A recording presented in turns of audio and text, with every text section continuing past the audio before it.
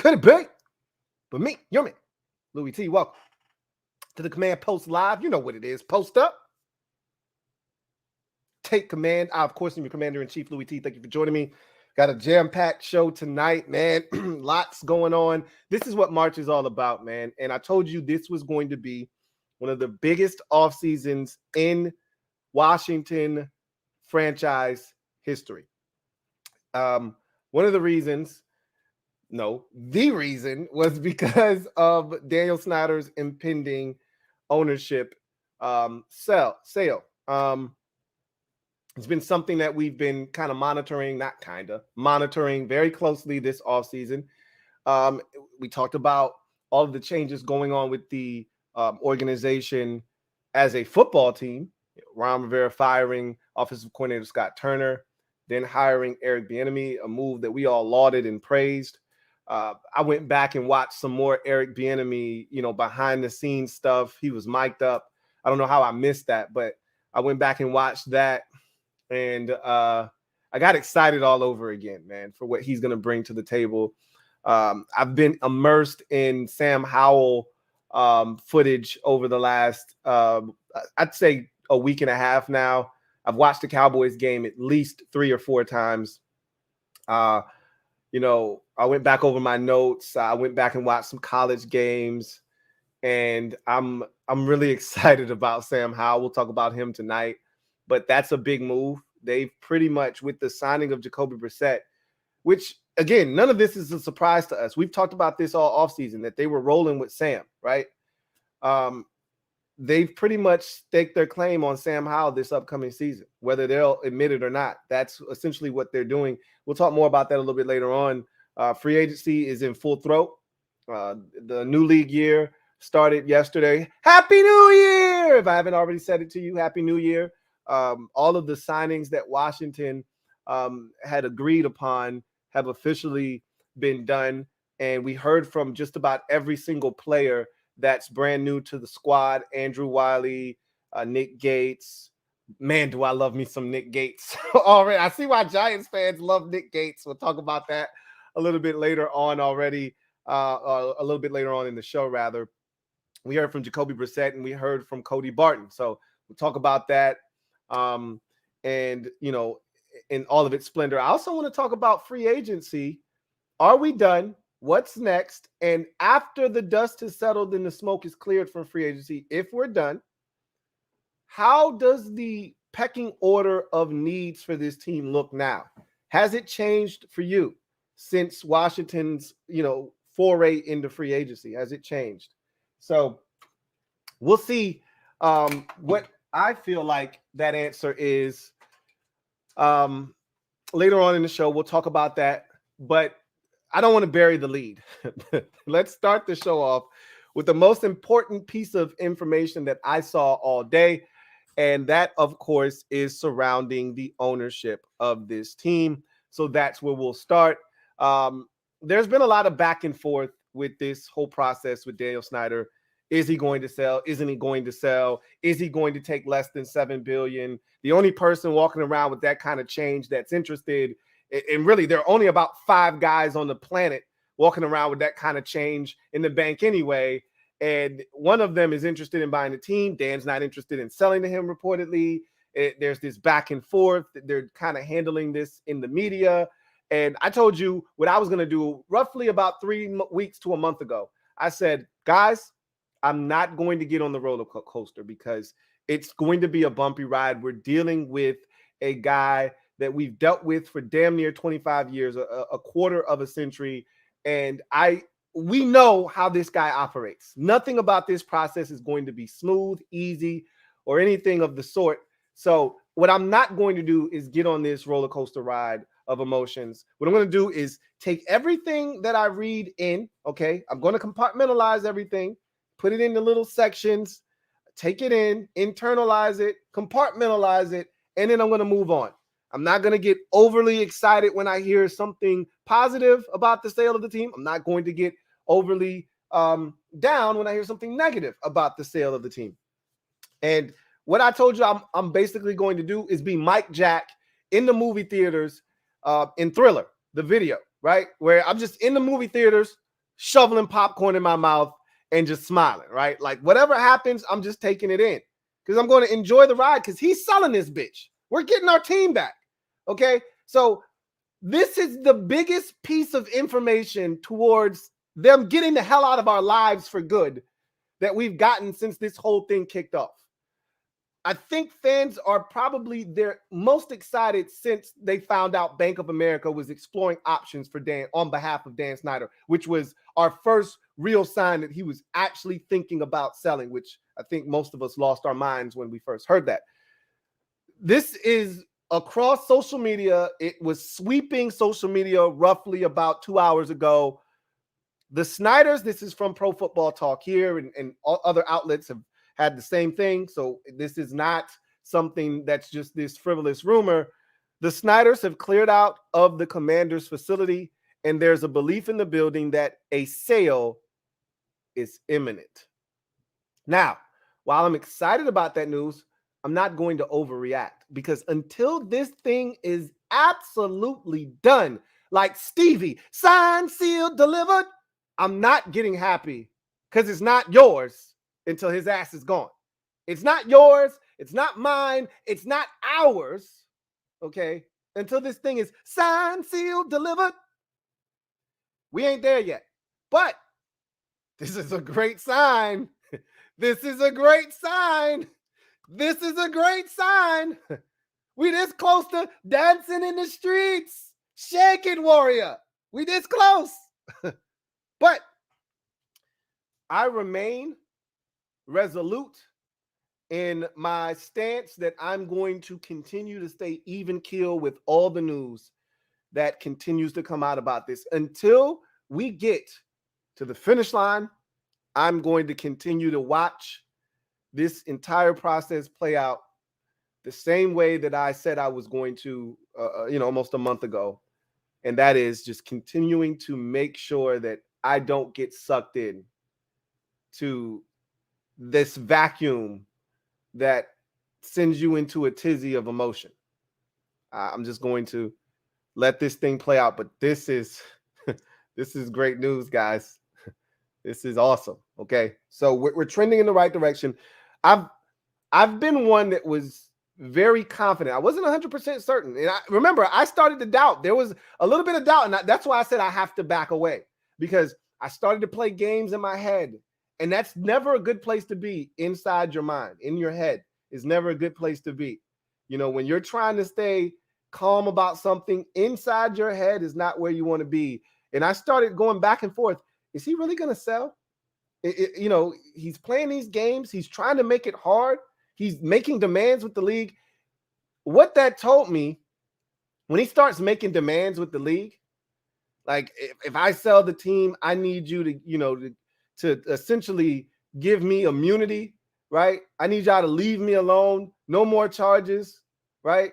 No more investigations. Leave me alone on my yacht. That was the sign of a man in a last-ditch effort to salvage what little power he had left. He was squirming in a corner with no friends, and he was fighting. That was his last-ditch effort there.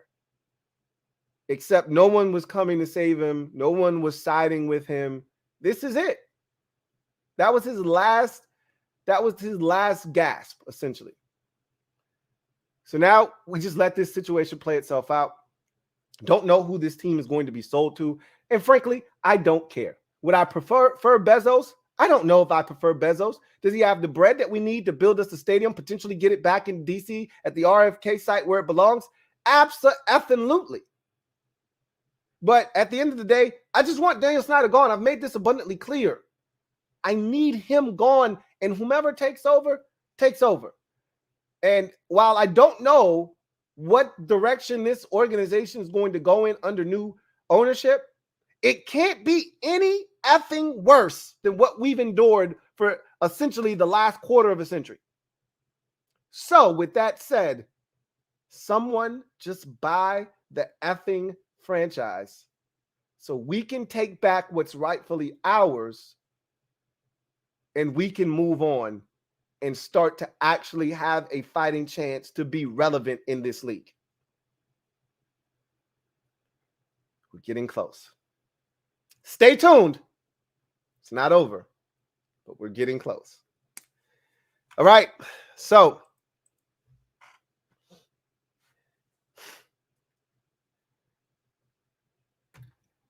I want to start with Cole Holcomb tonight. So I told you guys I was going to be monitoring that situation because I knew Cole wasn't going to break the bank. And the Steelers are notorious for not necessarily being cheap or penny pinching, but they're very efficient with how they spend their money. You know, you rarely see the Steelers go out and sign someone to a 5-year, $100 million deal, 4 years, $72 million. Like, unless they're taking care of their own quarterback, like Ben Roethlisberger or TJ Watt or somebody like that, Casey Hampton, or all of those guys that were big fixtures in what they did back in the day, Aaron Smith, unless they're Troy Polamalu, taking care of their own, rarely do they spend big on guys from the outside coming in. So I knew the deal wasn't going to be this luxurious deal. It wasn't going to be extravagant. And Cole was coming off of an injury. So there are a lot of factors at play. But when I saw the 3 years, I'm like, that can only be one of probably three things. 3 years, 15, 3 years, 18, 3 years, 21. It's not getting any higher than 7 per. The likelihood is it's somewhere in the middle. 5 is a little too low. 7 is a little too high. 6 is probably the magic number. I'm not sure. So we'll just say it's somewhere between $15 and $21 million.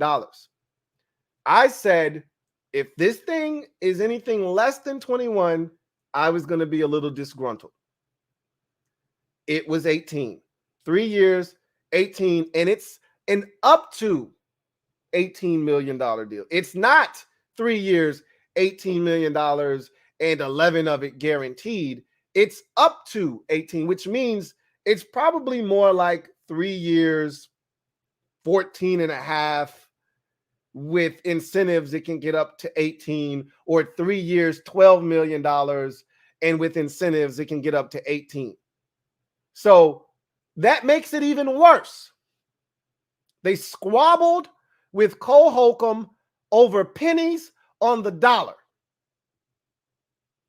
That bothers me to no end. Not when guys in the locker room want Cole back.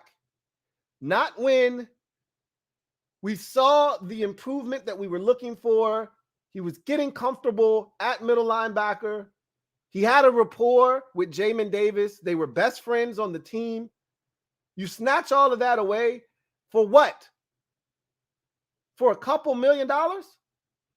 You're comfortably under the cap. You're in a great spot. You're very healthy. Again, a Cole Holcomb 3-year deal, not going to kill you. Not going to kill you. You gave Logan Thomas a 3-year, $24 million deal. A 3-year, $18 million deal for Cole Holcomb isn't going to kill you. You telling me that Wes Schweitzer back in 2020 is more important than Cole Holcomb is to this team in 2023?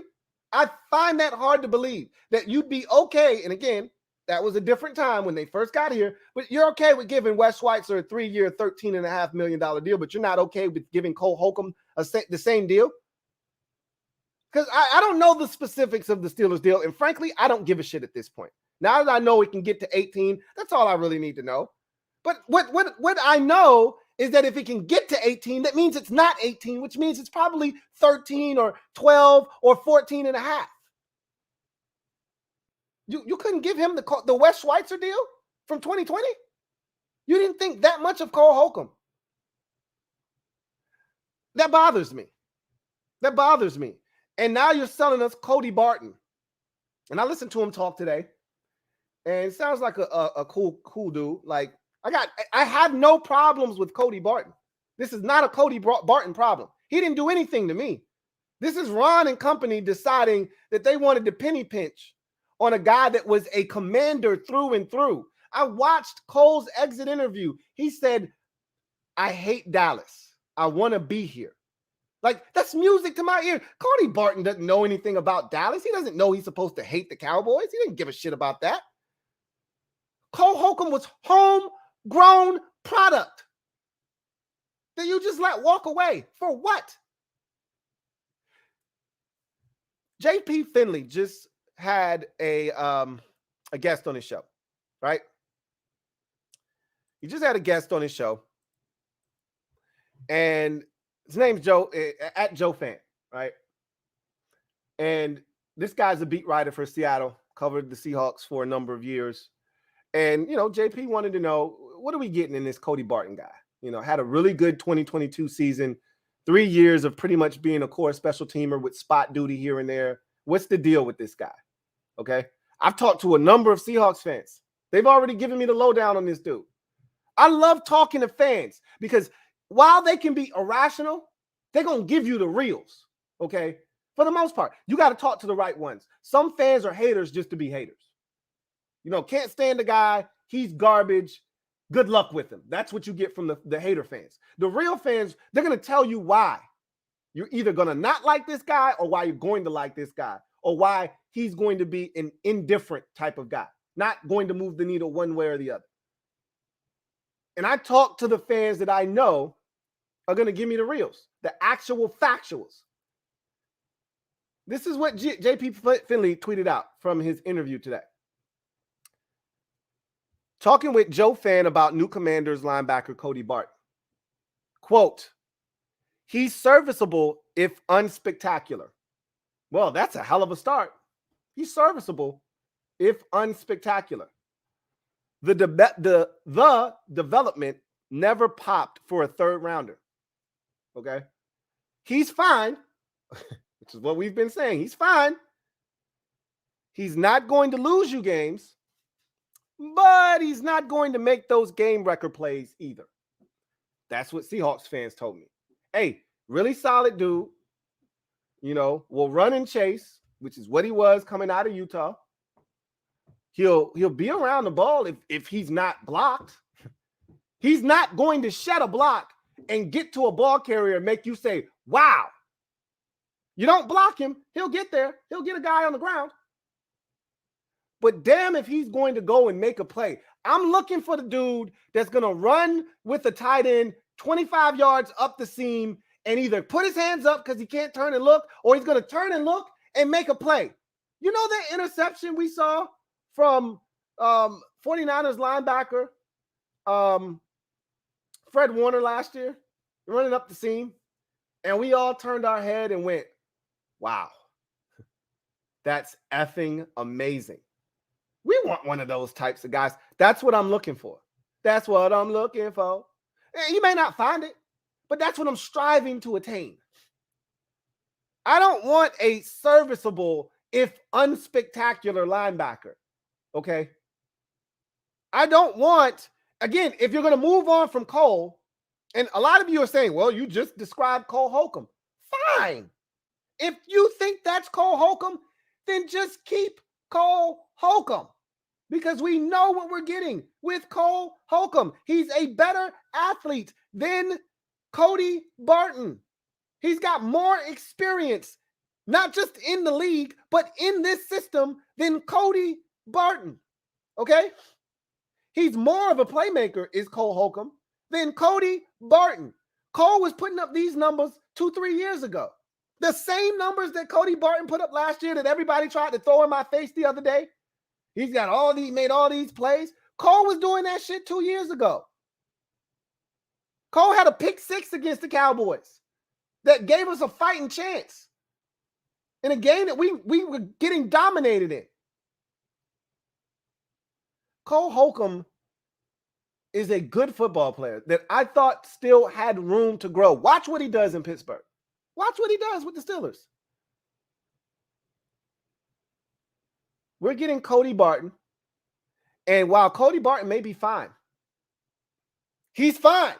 That's what Joe Fan said. He's fine. He's not going to lose you games, but he's not going to make those game record plays either. again, he sounds like a backup linebacker to me, which is fine. I'm not upset about that. You just can't be done at linebacker. I'm going to continue to repeat that until we get to the draft and we get through the draft. If we come away with nothing like we did last year, as a matter of fact, we didn't draft a single linebacker. We just knew we were going to come away with a backer, if not two last year. We came away with 0 in the draft. If that happens again, we have a problem. And whether you think the guy that you draft is better than Cody Barton or not, doesn't matter. As long as you draft a guy and have at least another option available, I'm fine. But I told you I was going to be disappointed when I found out that that deal was less than $21 million, and to find out that it's up to 18, that it's not 3 years, 18, and it can get up to 22, but rather it's probably 3 years, 13 and a half, 3 years, 14, and it can get up to 18. Shame on the Commanders. Shame on Ron Rivera. Shame on Martin Mayhew. Shame on everybody that had their hand in not bringing back Cole Holcomb over a couple of $1 million. You're penny pinching, and for what? You could have put together a deal. If you don't love Cole Holcomb, you could have put together a deal that would have allowed you an exit ramp. Could have put together a 1-year deal. This could have been a 3-year deal, and you could have gotten out after 1. You could have gotten out after 2. You could have put together a deal that could have kept Cole here. You signed Cody Barton to a 1-year deal. Could have signed Cole to a 3-year deal with an exit ramp after 1. Same damn difference. I'm confused. Make it make sense to me. And from what I'm hearing, what Cody Barton was told is he's going to get a chance to start here. He was brought here to be the starting middle linebacker, essentially. It's bullshit. It's bullshit. I digress. So what's done is done. All right. You can't change what's done. I wish Cole nothing but the best in Pittsburgh. I'll be keeping a watchful eye on him to see what he's out there doing. And as long as he's healthy, I have nothing but confidence that Cole's going to continue to develop and blossom into a quality starting NFL linebacker. He may never be a Pro Bowler, but he'll be a difference maker on that defense. I really, truly believe that. But we'll see what happens. We got Cody Barton. Yay! We got Cody Barton. I saw something interesting. Let's go back, right? I saw something interesting. After the Jacoby Brissett signing, I was so I was so thrilled at how many people love this move. And to each its own. I don't love this move. I told you I don't have a problem with it. Somebody told me, he's like, yo, I don't understand your hate for Jacoby Brissett. I'm like, bro, what video did you watch where you came away from the video thinking I hate Jacoby Brissett? What are you talking about? He's like, only watch the first 2 minutes. I'm like, okay, guy. Well, how could you make a comment and you only watch the first 2 minutes of the video? Like, what are we doing? And that's one of my guys, right? So somebody, I think this was John Kime. It was JP Finley, I think, that put this on Twitter, right? And he pretty much said, we're getting a similar quarterback. No, we're not. And these numbers absolutely speak to the contrary. This makes my point right here, right? Everything I said about Jacoby Brissett is right here in these numbers, right? Everything I said about Taylor Heinicke is right here in these numbers. Listen to me. I just want you to hear me out. You don't have to agree with me, okay? And in most situations, you want a backup quarterback like Jacoby Brissett, right? In most situations, you want a guy like Jacoby Brissett. We're not most situations. Either I want us to be really damn good, or we need to stink, okay? Jacoby Brissett, if anything is to happen to Sam Howell, is as marginal as it gets in this league as a backup quarterback. Like, he's not going to move the needle at all, okay? Let's look at these numbers. So Ignore the top line for now. Ignore it. Just focus on everything else. So let's see. Do we have a red box available? Yeah, we got a red box.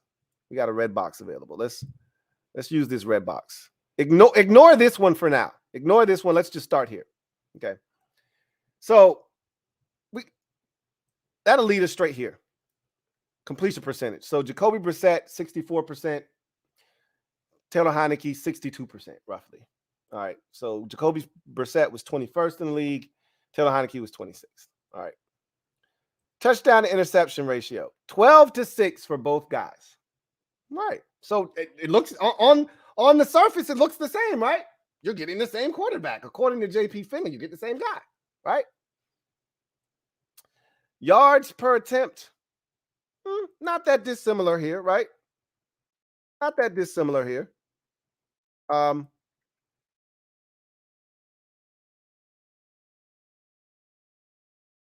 One guy is 7.2, the other is 7.1. One's 15th, tied for 15th, the other is 14th. Pretty similar, right? Yeah. Passer rating. One's 89, one is 89.6. Very similar, right? Yep. One's 20th, one's 19th. They're kind of right there, right? Sack rate. This means the amount of times you get sacked per a certain amount of dropbacks, right? 6.1 for Jacoby Brissett, 6.8 for Taylor Heineke. I would argue that the Browns' offensive line way better than Washington's, and he still was getting sacked 6 times in a game, which means he was probably indecisive. And I watched every Browns game this year. He can be indecisive at times where he holds on to it, doesn't want to make a mistake. I talk about this all the time. He's afraid to make a mistake, so he'll hold on to it and take a sack, which sometimes there's nothing wrong with that. Heineke, 6.8, 19th in the league. All right. Average time to throw. One's 2.95, the other's 2.89. One's 13th, one's 8th. So, they're very similar, very comparable. Average intended yards, air yards. Okay, so that's every time you throw a pass, whether it's completed or not, how far was the pass on average? One's 9 yards, the other's 9.1 yards. So again, very similar. Average completion air yards. So every time you complete a pass, how far did the ball actually travel in the air? This is the stat that Kirk Cousins haters don't like to acknowledge, right? He's a stat pattern. He's a check down Charlie. And then Kirk every year is leading the league in air yards. How far you throw the ball, how far it travels in the air before it's caught. 6.5 for Jacoby Brissett, 6.7 for Taylor Heineke. So again, relatively close. All right. Off-target percentage. So this is how many throws you make that aren't catchable, essentially. All right. Jacoby Brissett, 10.5 roughly. Taylor Heineke, almost 16%. Okay. So as we know, Taylor can be a little bit erratic with the football. Some of that's due to his size. Some of it's just due to Taylor just being erratic. All right. Aggressiveness. One is 16, aggressiveness. And I don't actually know what this is. I like the word, though. 16 for Jacoby Brissett, 16.2 for Taylor Heineke. So, again, seems like they're roughly the same. Here's a big one for me. Turnover-worthy plays. 3.1 for Jacoby Brissett, 22nd. 6.3 a game for Taylor Heineke, very first in the league. That's my guy, okay? That's my kind of guy, all right? I don't know what this last section is. We're going to ignore that. But turnover-worthy plays, no risk it, no biscuit, okay? No risk it, no biscuit in this league, okay? Jacoby Brissett is as safe as it's going to get, okay? Not really going to turn it over a bunch. Going to protect the football. Going to play smart ball. Going to move the sticks. And you're going to look up and you got 17 points on the scoreboard. Now let's go to games played. So I say all of that. All of those numbers seem eerily similar, right? These are similar quarterbacks, right? One played 7 more games than the other. So if that's the case, why is the touchdown to interception ratio the exact same? Why is the number exactly the same for both in 7 less games? I mean, what that tells me is one guy is willing to take risks. And you could say, well, the Browns have a better run game. They get in the red zone. They're handing it off to Chubb and Hunt, and he's not getting as many opportunities to throw a touchdown pass. Touche. Maybe that's the case. Maybe that's the case. I just know that in 7 less games, Taylor Heinicke has the same amount of touchdown passes and interceptions as Jacoby Brissett. What that tells me is that he's going to push the ball down the field more than Jacoby Brissett. He's going to take more chances. And again, while that's good, it can be bad. But where we are, and this is why I don't want Jacoby Brissett. And I've had this conversation with several people. And a lot of people love this move. And a lot of smart, intelligent fans love this move. And you're not wrong for liking Jacoby Brissett. And I've given you all the reasons why I like the move. Veteran, good locker room guy, going to come in here and assimilate well. He's not going to be the starter, and he's perfectly fine with that. He knows his role. He's going to be a great teammate to Sam Howell. He's going to mentor him. He's everything you want in a backup quarterback, except when he actually has to play for who we are and where we are in our development. If Sam Howell is legit and we're 5-1 and then God forbid something happened to him, but we're 5-1, Sam is killing this shit, and then he hits his thumb on somebody's helmet and he's out for a month. Jacoby Brissett is the exact guy you want coming in. You'll go 2-2. By the time he turns the keys back over to Sam, we're 7-3. Heinicke is a good guy, but you could go 1-3 in that stretch because Heinicke's playing hero ball and turn the shit over. Or you could go 3-1. But with Jacoby Brissett, the likelihood is you're going to go 2-2. Here's the dilemma, right? And that's what these numbers say to me, at least. Here's the dilemma. If you get to the point of the season where you realize we stink, Sam Howell's not what we thought he was going to be, or not what we were hoping he would be, and we need this thing to bottom out, and Sam turns an ankle and he can't go, you put Jacoby Brissett in, we ain't going to just start losing football games. Okay? I mean, shit, same thing happened with Taylor, right? I can sit here in March and try to convince myself that I want to lose football games. But you know as well as I know, we get to October, we get to November, and we're playing games. I want to win. You know how I am. As much as I know it probably doesn't benefit us. And when your backup's in there and he's winning games, it's not going to last. Okay? The magic is going to run out at some point. And I guess because in my mind, I've been through the backup quarterback ride to the playoffs with Todd Collins, and I said, why can't Taylor Heinicke take us to the playoffs like Todd Collins did once upon a time and give us a chance to win a game? Because he's Taylor Heinicke. You're not getting to the playoffs with Jacoby Brissett. You're just not. But you're not gonna end up 3-14 with Jacoby Brissett either. You're not gonna end up 5-12 with Jacoby Brissett either.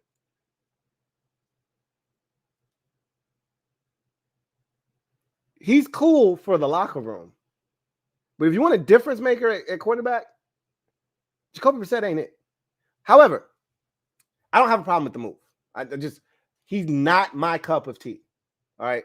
But I just thought I'd show you that because in 16 games, 12 touchdowns, 6 interceptions. Taylor had that in 9 games. In 9. And yeah, turnover-worthy plays. You see where Taylor is. Top of the list. All right? We know Taylor is going to turn. First of all, every game we expected a Taylor turnover. And in 9 games, he threw 6 interceptions and probably fumbled 4 times. We know what Taylor is. He's going to turn it over at some point. You just want to get it out your system early. My wife used to say, did Taylor turn it over yet? I'm like, nah, not yet. She's like, he need to hurry up. Don't wait till the fourth quarter to do that shit. I remember the Falcons game. She said he threw a pick right before half. It was egregious. I don't even know what the hell he was doing. He threw it right to the middle linebacker. I'm like, bro, why?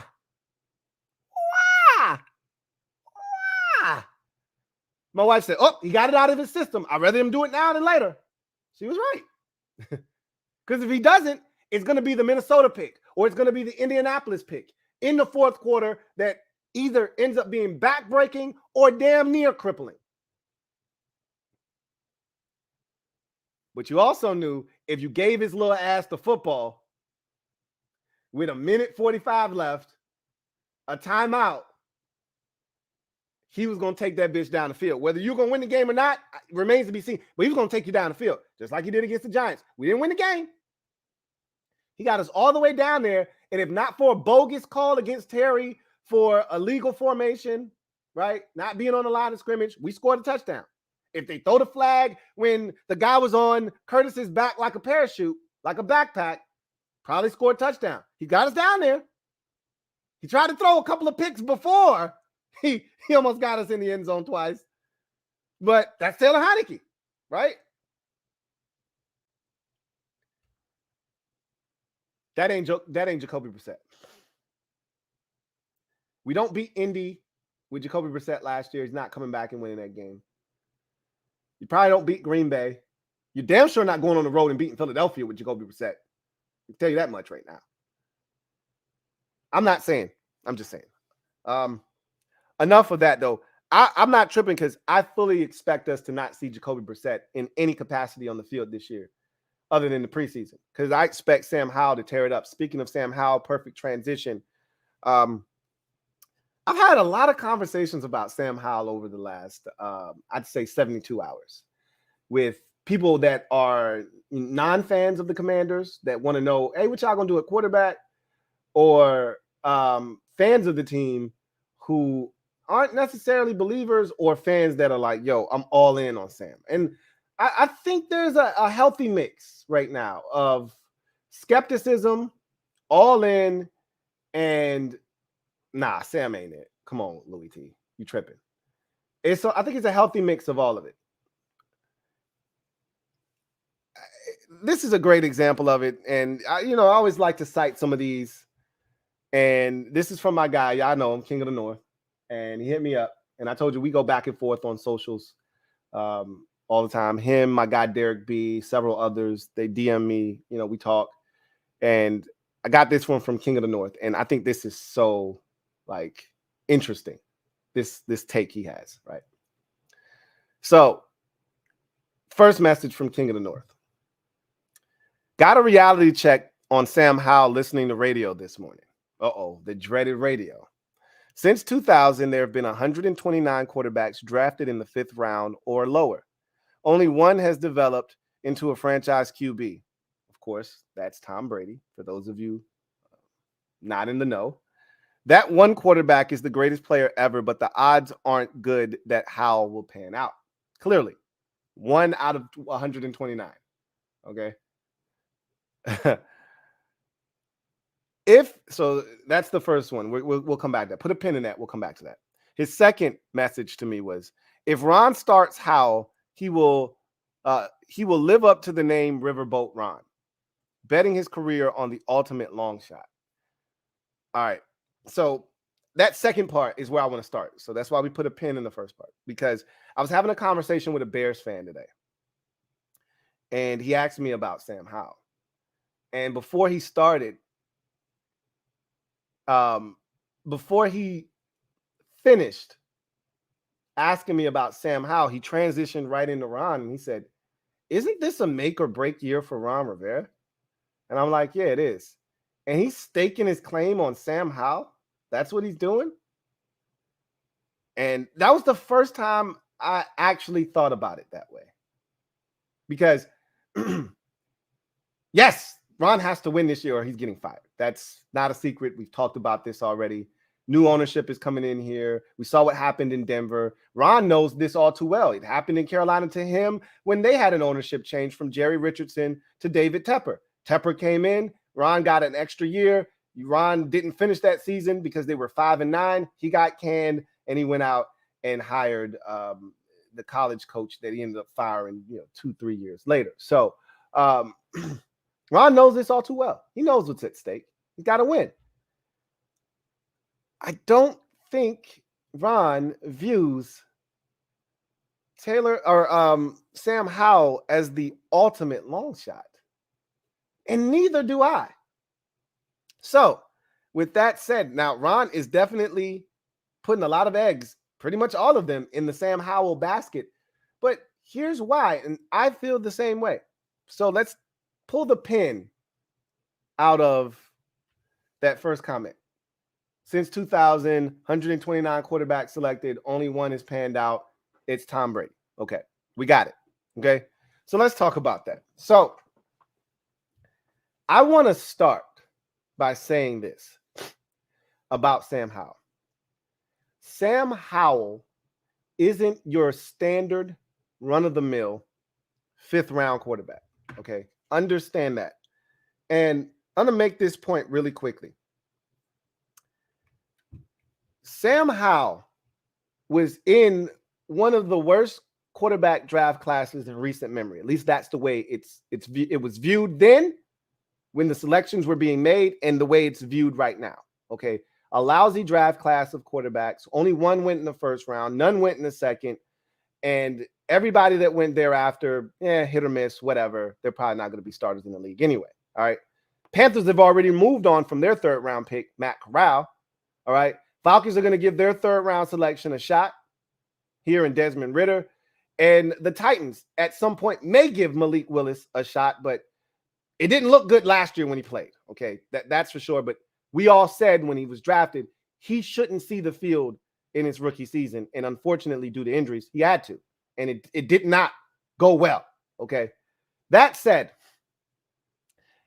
I truly believe Sam Howell got swept up in the quarterback conversation in 2022, which was, this is a bad class. None of these guys are all that good. And they just threw Sam in the mix with all these other quarterbacks and refused to acknowledge his circumstances, what he had done prior with more talent around him. They refused to acknowledge all of that, and they just threw him into the pot with Desmond Ridder and Malik Willis and Matt Corral and Kenny Pickett and all the rest of the quarterbacks in that draft class that everybody pretty much condemned and said they weren't any good. Here's my belief. I can't confirm nor deny this, okay? Here's my belief. In a better quarterback draft class, Sam Howell's a second-round pick. No worse than a third. No worse than a third.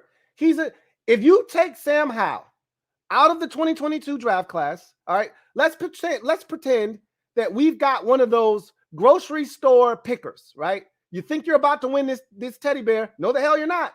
It's going to pick it up, but then it's going to slip, right? Let's pretend that we've got control of the picker, right? And we're going to press the button. Boop. We're going to pick Sam Howell up out of the 2022 draft. We're going to get him. We're going to get him. No, he falls out into the 2020 draft. Okay? Sam falls right down into the 2020 draft. Joe Burrow, Justin Herbert, Tua Tagovailoa, Jalen Hurts is a second-round pick.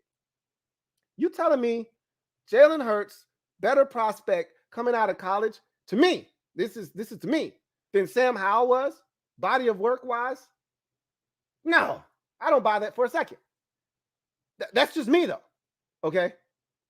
Daniel Jeremiah had Sam Howell as the 50th best player in the 2022 draft class. How he got to the fifth round, don't ask me, okay? I just think that the perception was these quarterbacks stink, and he got swept up in it. It was lazy, and it was easy, and it was okay. It was accepted universally. Oh, he's a fifth-round pick. You drop him in the 2020 draft, I guarantee you he's a second-round pick.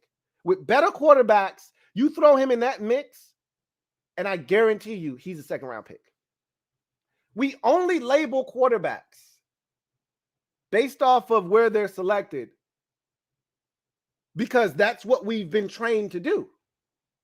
And most of the time, specifically with quarterbacks, no other position, because you can find an edge rusher in the 5th round, 6th round, 7th round. You can find an offensive tackle, 5th round. Hell, our starting offensive tackle is a 7th rounder, Charles Leno Jr. You can find undrafted guards. Rarely are you going to find an undrafted quarterback. Rarely are you, just as you made the point, rarely are you going to find a quarterback 5th round or later. But rarely are you going to find a 5th round pick with the talent of Sam Howell. The man was a preseason Heisman candidate watch list player going into his junior season. Let that shit sink in. Like, he didn't just come out of nowhere. The man was a Heisman watch list player in the preseason, heading into his first game on the road in Blacksburg versus Virginia Tech with 2 of his receivers from the year prior that were 1,000-yard receivers gone, both of his running backs who were 1,000-yard running backs to the league, and an offensive line that was in flux and everything changing around him. And he lost.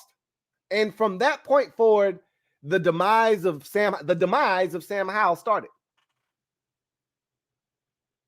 Let me read to you. I took the liberty. Since you brought up since 2020 or 2000, 129 quarterbacks have been taken. 1 has panned out. Do you understand what kind of quarterbacks go in the 5th, 6th, 7th round? Like, these aren't good quarterbacks. They're down there for a reason. I took the liberty of going back the last 3 drafts, starting with 2021. Okay, I'm not going to include Sam Howell's draft of 2022. Took the liberty of going back the 3 prior drafts and looked at every quarterback selected, 5th round or later. 19, 20, 21. Okay. In 2019, Easton Stick was selected in the 5th round by the Chargers. Still in the league as a backup for the Chargers. All right. Who the hell is Easton Stick? Okay. North Dakota State quarterback. You might have heard of him. Probably haven't. You know why? Because you shouldn't. He was never a Heisman watch list candidate. Clayton Thorson. You know him, right? Clayton Thorson, you know him out of Northwestern, right? Big, tall kid? No? Never heard of him? I'm pretty sure you haven't. Because he's Clayton Thorson. That's why. Don't know if he's still in the league or not. Eagles drafted him in the 5th round in 2019. Probably not in the league anymore, if I had to guess. Maybe he's hanging on by a thread on somebody's practice squad. Gardner Minshew, you heard of him, though, right? We were thinking about maybe signing him. I think he signed somewhere today for a 1-year deal to back somebody up. Good for him, all right? 6th round pick of the Jacksonville Jaguars back in 2019. Gardner Minshew's cool. Nobody ever thought of Gardner Minshew as a world beater. The biggest thing he ever had going for him was the mustache and the hair, right? Trace McSorley, I know you know him, right? Yeah, Trace McSorley, Penn State, 6th round pick. Yeah, Baltimore Ravens, all right. He stinks. I watched the Arizona Cardinals last year on I want to say it was a Sunday night. They played against Tom Brady and the Buccaneers. Trace McSorley stinks. He was trash. 2020. Jake from State Farm. 5th round pick, the New York Giants. He's on our roster right now. I'm not interested. Everyone keeps trying to tell me, hey, we got a developmental quarterback on the team already. It's Jake Fromm. Jake can get the hell out of here and go to State Farm. For all I care, he stinks. He's the guy that I remember from the Giants' infamous quarterback sneak on 3rd down last year at their own 4-yard line. Get him the hell out of here. He stinks. Cole McDonald had a farm EIEIO in the 7th round draft pick out of Hawaii for the Tennessee Titans. You ever heard of him? No. You know why? Because he didn't even make it out of camp with the Titans. He went from 7th round to out of the league like that. Ben Baller DiNucci. You know him. 7th rounder out of James Madison. Only reason you know him is because he played for Dallas and we kicked his ass a couple of times. That's the only reason you know him. He stinks. This Ben DiNucci. Don't even know if he's still in the league anymore. He was hanging on by a thread with Dallas for years. Got beat out by Cooper Rush this past year. Don't know where he is. He might be on the Cowboys practice squad for all I know. I don't know. Tommy Stevens. Heard of him? Mississippi State quarterback. Big, athletic. Never really panned out at Mississippi State. Looks a lot more like Taysom Hill and Tim Tebow than an actual NFL quarterback. Don't know if he's in the league or not. Probably better suited to turn into a tight end than anything else. I don't know where he is. Stop asking. Nate Stanley. Ah, big kid, Iowa. Slow as a sloth. You know, can throw the football a little bit. I know you know him, right? Oh, Stanley the Hammer, right? No, you don't know him. Vikings drafted him. I don't know where he is. Maybe he's in the XFL. Maybe he's in the USFL. I don't know. 2021, only one quarterback was selected 5th round or later. Sam Ehlinger. We saw him last year. Actually didn't think he played that bad against us. It was every other game that he played where he looked like shit. But I like Sam a lot. Not enough to start him. My point being, do you see these names? Does any of them fit the DNA profile of Sam Howell? This is what you're drafting 5th round or later. Okay? Extrapolate that list of guys over the last 22 years. Do it. Extrapolate, because that's what you're getting in the 5th, 6th, and 7th round of an NFL draft. That's what it looks like. Remember Nate Sudfeld? Remember we drafted him? What was that? Was it 5th round, 6th round, 7th round? He was somewhere in that, back end of the draft. Sucked ass, did Nate Sudfeld. Okay? Nice guy. Lousy quarterback. Okay? That's what you're getting in the back end of the draft. So when you throw a number at me like 129, one guy succeeded, duh, that's the kind of quarterback that you're selecting. Does Sam Howell belong in that conversation at all? Did Jake Fromm ever find himself in the middle of a Heisman Trophy conversation? What about Cole McDonald? He had a farm, maybe some chickens, maybe a rooster, maybe a cow, but never a Heisman Trophy conversation. Hey, how about Ben DiNucci? Is he even eligible for the Heisman playing at James Madison? Probably not. Yeah, Tommy Stevens. No. What about Nate Stanley? Come on, man. Stop your nonsense. So what I'm telling you is the league messed up. Like on some Dwayne Haskins shit, the league done messed up. They really did mess up on Sam Howell. He had no business getting to the 5th round. None. He didn't belong in the 5th round. And he could be the exception to the rule. Just like Brady probably didn't belong in the 6th round. But again, it's not like Brady was lighting the world on fire back in 1999 at Michigan. But he wasn't terrible either. He had a really good career at the University of Michigan, did Tom Brady. We all saw the combine pictures, the flabby body and the unathletic kid running the 40.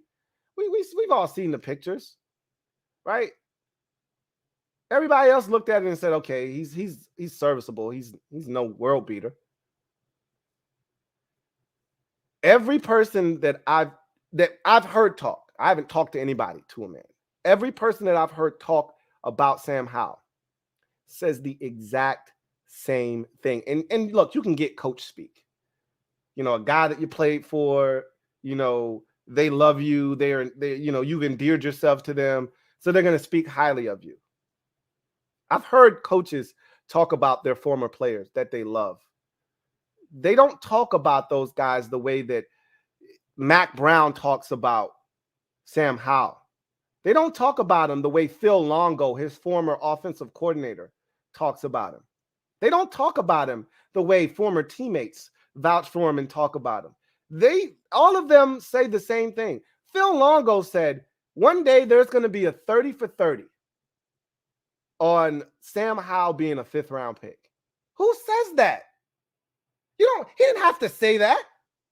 You can talk a guy up. You don't have to tell me that in 15 years from now, there's going to be a 30 for 30 on how the hell did Sam Howell get to the 5th round. He's that damn good. Mac Brown said, we didn't do him any favors at North Carolina that last year. He's a damn good quarterback. 1st round talent. We saw a glimpse last year. That Dallas game, that ain't Jake Fromm type ability. That ain't Ben DiNucci type ability that we saw in week 18 against Dallas. That ain't Tommy Stevens. That ain't Easton Stick. Damn sure ain't Trace McSorley. What we saw in week 18 versus Dallas was a talented quarterback that had no business finding himself as the first pick of the 5th round in the 2022 NFL draft. What we saw was a gem that fell right into our lap that we couldn't pass up again. You don't have to believe. And I'm not telling you to believe. Actions speak louder than words. And if he had never played in a game in the NFL other than the preseason, I'd have no leg to stand on. You guys saw it. Dallas's defense is no chopped liver. Did you see what they did to the Buccaneers the following week? I mean, we watched that game. They retired Tom Brady the following week. Let's not act like Dallas's defense is ass-tastic, because they retired Tom Brady the following week and they put the clamps on the 49ers offense the week after that. And if not for Dak Prescott regurgitating all over himself, they probably win that football game due to their defense. Sam carved them up, and we left points on the board.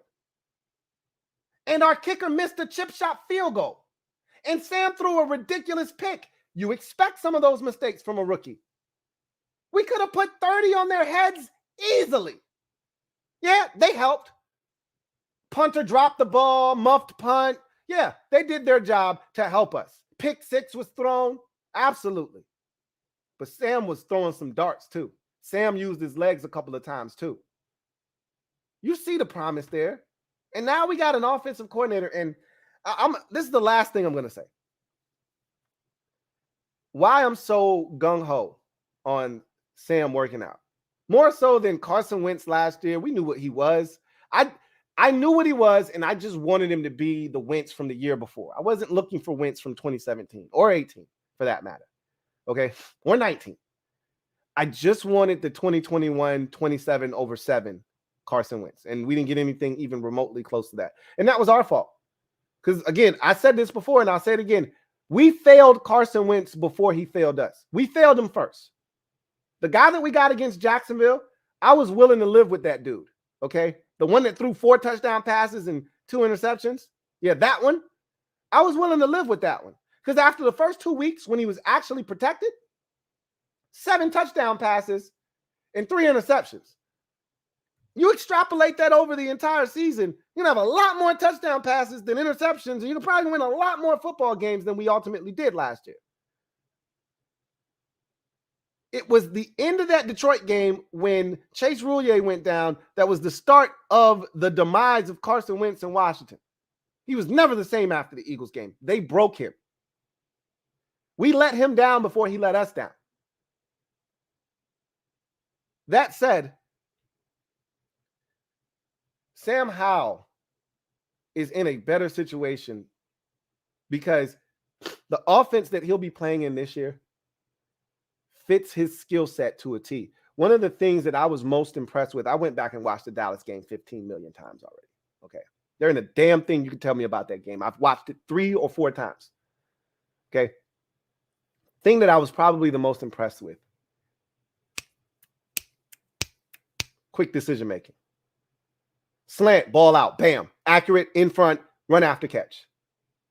Come back, 12 back to 10. ball, outside shoulder, turn up the outside shoulder, up the sideline, big play to Jahan Dotson. Jahan, other slot, boom, boom, break a dude off, slant, boom, ball in front, catch, run opportunity, off to the races, up the sideline or across the field, out of bounds. He was extremely accurate in the short to intermediate pass game. You know what offense Eric Bieniemy? It was funny because everybody kept trying to get out of Eric Bieniemy. What kind of offense you going to run? What kind of offense you going to run? What kind of offense you going to run? And Eric kept saying, whatever we need to run to be successful. Whatever we got to do to be successful. Whatever we got to do to drag our asses collectively across the finish line after 60 minutes with a win. That's all. He gave us all these cliches. I went back and I listened to him mic'd up, and he finally said, yeah, I'm going to be running the West Coast offense, which is what Andy, and that we should have known that, right? He's been under Andy Reid for these last 5 years, and Andy Reid's staple is the West Coast. That's what he was brought up in. Andy Reid was on the staff of the 49ers with Walsh, and I think he was on the staff with George Seifert, who's disciple, who's a disciple of Bill Walsh, and they ran that West Coast offense. That's Andy Reid's bread and butter, okay? That's his core. Those are the principles that make up his offense, right? So, yeah, that's the gist of what we'll be running here, and he finally said it. You know what the West Coast offense consists of? A lot of short passing game. Really, in the West Coast offense, at its essence, at its core, if you trace it back to Bill Walsh, the short passing game is an extension of the run game. They had one of the best receiving running backs in NFL history, especially at that time, Roger Craig, who they threw it to a million times. They threw it to the fullback, Tom Rathman, who was a great receiving fullback, right? The backs were a huge part of the passing game because in that offense, you wanted to spread teams out. You wanted to make them respect the running back out of the backfield as a threat to catch it. And then when you soften them up, that's when you can hit them with the run, right? That's what we're going to do here. You want to know why the Chiefs are so successful? Yeah, Patrick Mahomes is pretty damn good, man. No, he's the best, all right? So a lot of off-script shit from Patrick, a lot of Houdini, sleight of hand shit. Hey, no look, I'm throwing it this way, I'm looking that way, all kinds of shit, right? And he's the best at that. But there's a lot of the short passing game, a lot of Travis Kelce running 5 yards and turning around, a lot of little slants, a lot of little drag routes that he's getting into playmakers in their hands, a lot of things that allow Patrick Mahomes to get into a rhythm. One of my biggest pet peeves with Scott Turner was that we would go 5 or 6 plays and throws in the game without getting the quarterback an easy toss to get him into a rhythm. Here we are, first 2-3 throws. Carson Wentz's first throw of the game. It was a terrible decision by Wentz, don't get me wrong, but it's on 3rd and 8. What is he supposed to do on 3rd and 8? And he tries to throw a deep out, and he throws it right to the defender. And you're like, where's the slant? Where's the 5-yard stop? Where's the, shallow cross to get him into a rhythm at the beginning of the game? Where's that at? The first throw is a 3rd and 8? Are you kidding me? That's how you're going to set your quarterback up for success? That's not what the West Coast offense is about. Sam Howell thrives in the short pass game, being accurate and decisive. We saw that against Dallas. And then when it opens up, and this is what the West Coast is all about, that short passing game, right? Setting up opportunities vertically. That's how it is evolved. Is when it was first conceived, everything was short to intermediate. It was about being surgical. Joe Montana was going to go. Tom Brady's idol is Joe Montana. Joe Montana was surgical with that bitch. Scalpel, sponge, scissors. All right. He was going to get in that bitch. Boop, boop, boop, boop, boop, boop, boop, boop, boop, down the field. Next thing you know, 11 plays later, touchdown to John Taylor. Okay? Touchdown to Jerry Rice. But he was going nickel and dime your ass. That's what the West Coast offense is about. Wearing you down, slowly but surely. Eventually, you're going to miss a tackle. Jerry Rice is going to take a slant 75 yards. Eventually, you're going to make a mistake, and we're going to make you pay for it.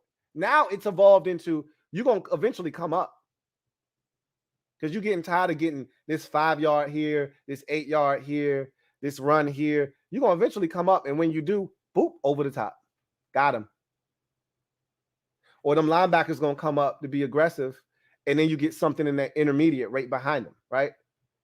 You play off of that. One of the things we didn't do with Scott Turner is we didn't marry the run and the pass. So even though you're having success with the run, your pass plays don't look like the run, so they're not falling for play action fake.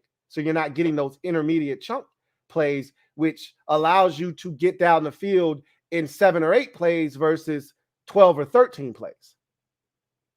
Well, this offense is set up to take advantage of having success on the ground. So Sam might be the best deep ball thrower in this division.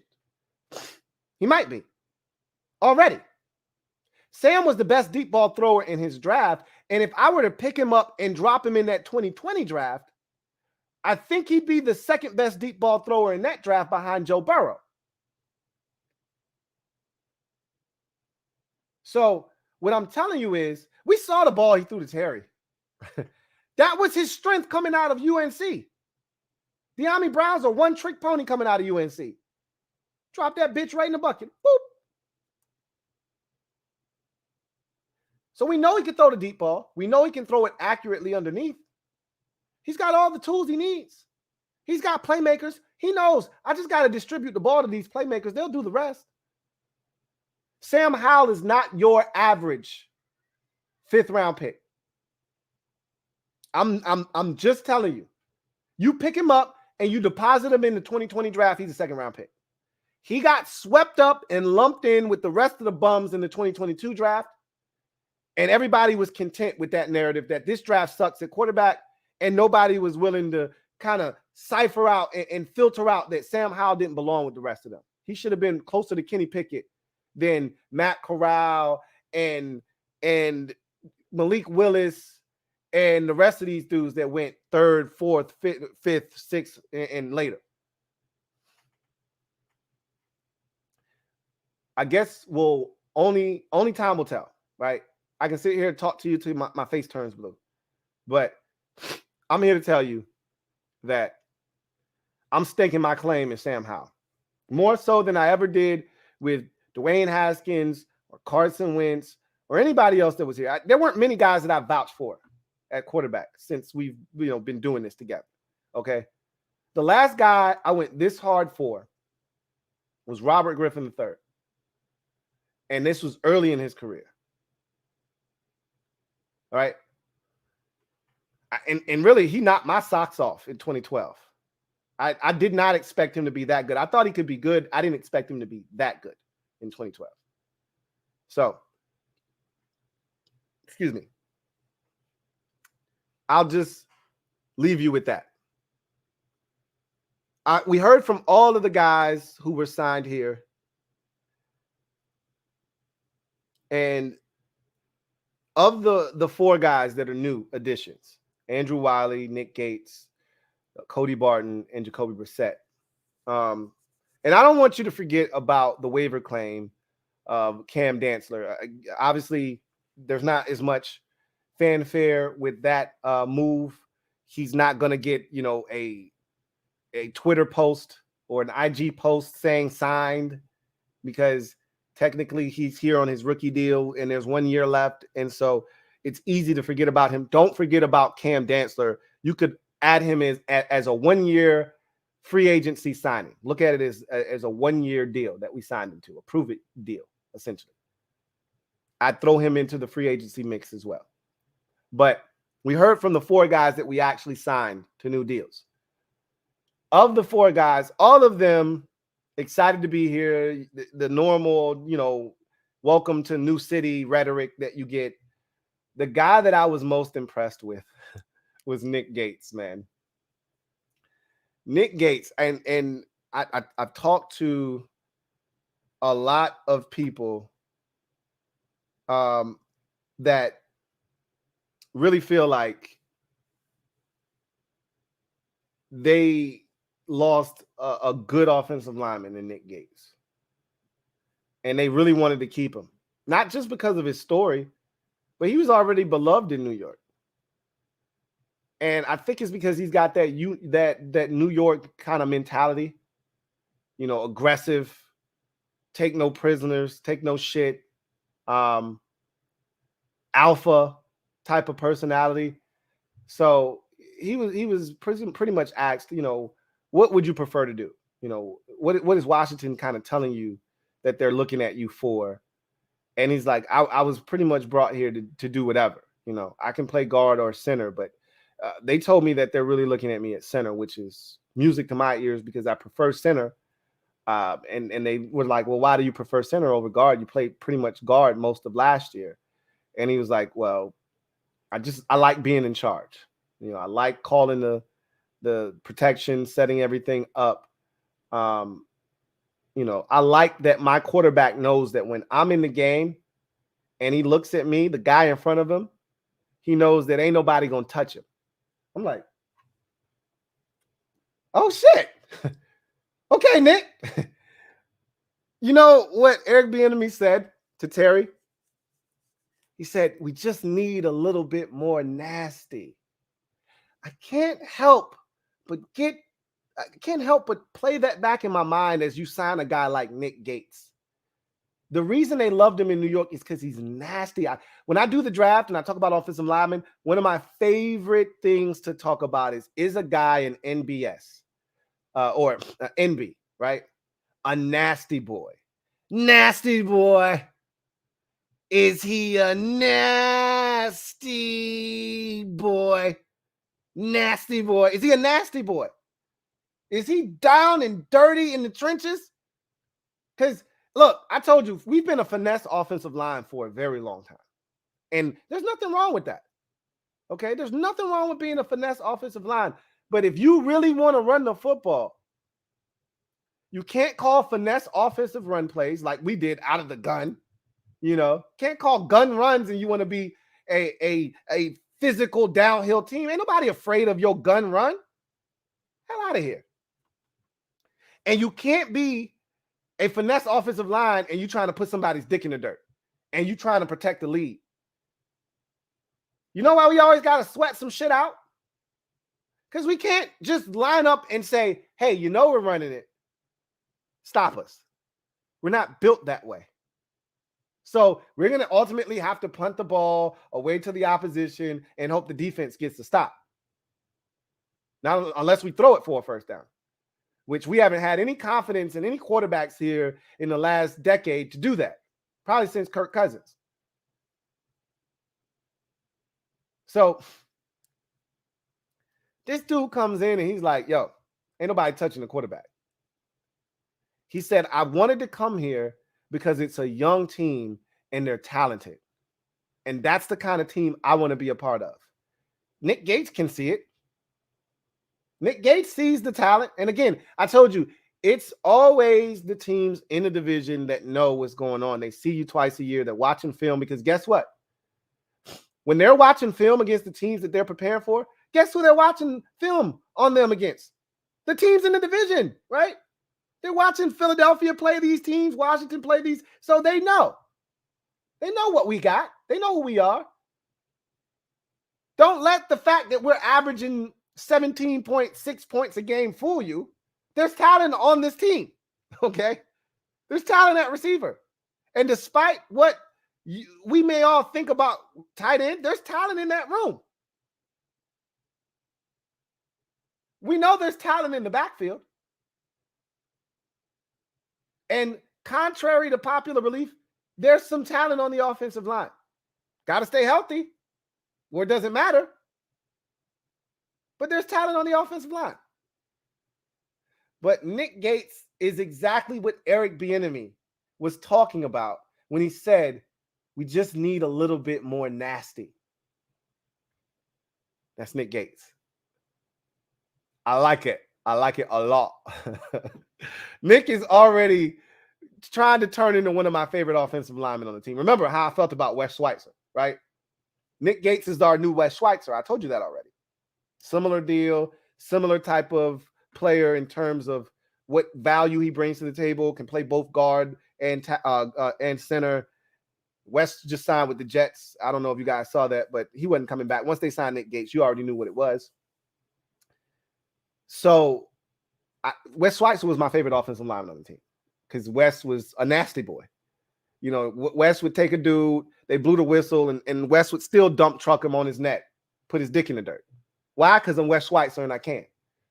Every now and again, Wes was gonna get beat, but Wes was gonna do work. He was gonna get nasty down there, and we didn't have enough of those. So it's good to hear Nick Gates talk about what he brings to the table. I like him already. Andrew Wiley told a couple of stories about Eric Bieniemy, and it's what we've heard from you guys about Eric Bieniemy already. That he's competitive, he's loud, he's aggressive, and Terry told him, "I like being coached hard." You know, you don't have to worry about this group not straining. I've always, you know, one of the things that always bothered me with fans when we would come on, even after a loss, a tough loss, you know, or, you know, a game where we didn't play up to our standards, whatever the case may be. You would get fans that would come in here and say, "I'm sick of this team and this lack of effort." It's never, ever, since Ron has gotten here, it's never been a lack of effort. Even when we start out a game 22-0 at Detroit, or 20-0 at Arizona, or, you know, 24-0 against, it's never been a lack of effort here in Washington. Never. Not with Ron Rivera as head coach. You could say that about Jay Gruden teams, lack of effort. Not Ron Rivera teams. So Terry's like, you're not going to have to worry about that here in this locker room. We got guys that are going to strain, right? We just need that extra push. And that's what Terry's hoping Bieniemy brings to the table. But guys like Nick Gates, Andrew Wiley is another dude who got it out the mud, undrafted. You know, Bieniemy brought him here for a reason. He's going to come in here. He's going to be physical. He's going to give us a fighting chance. I've told you this already. You get what you pay for. Is he elite? Hell no, he's not elite.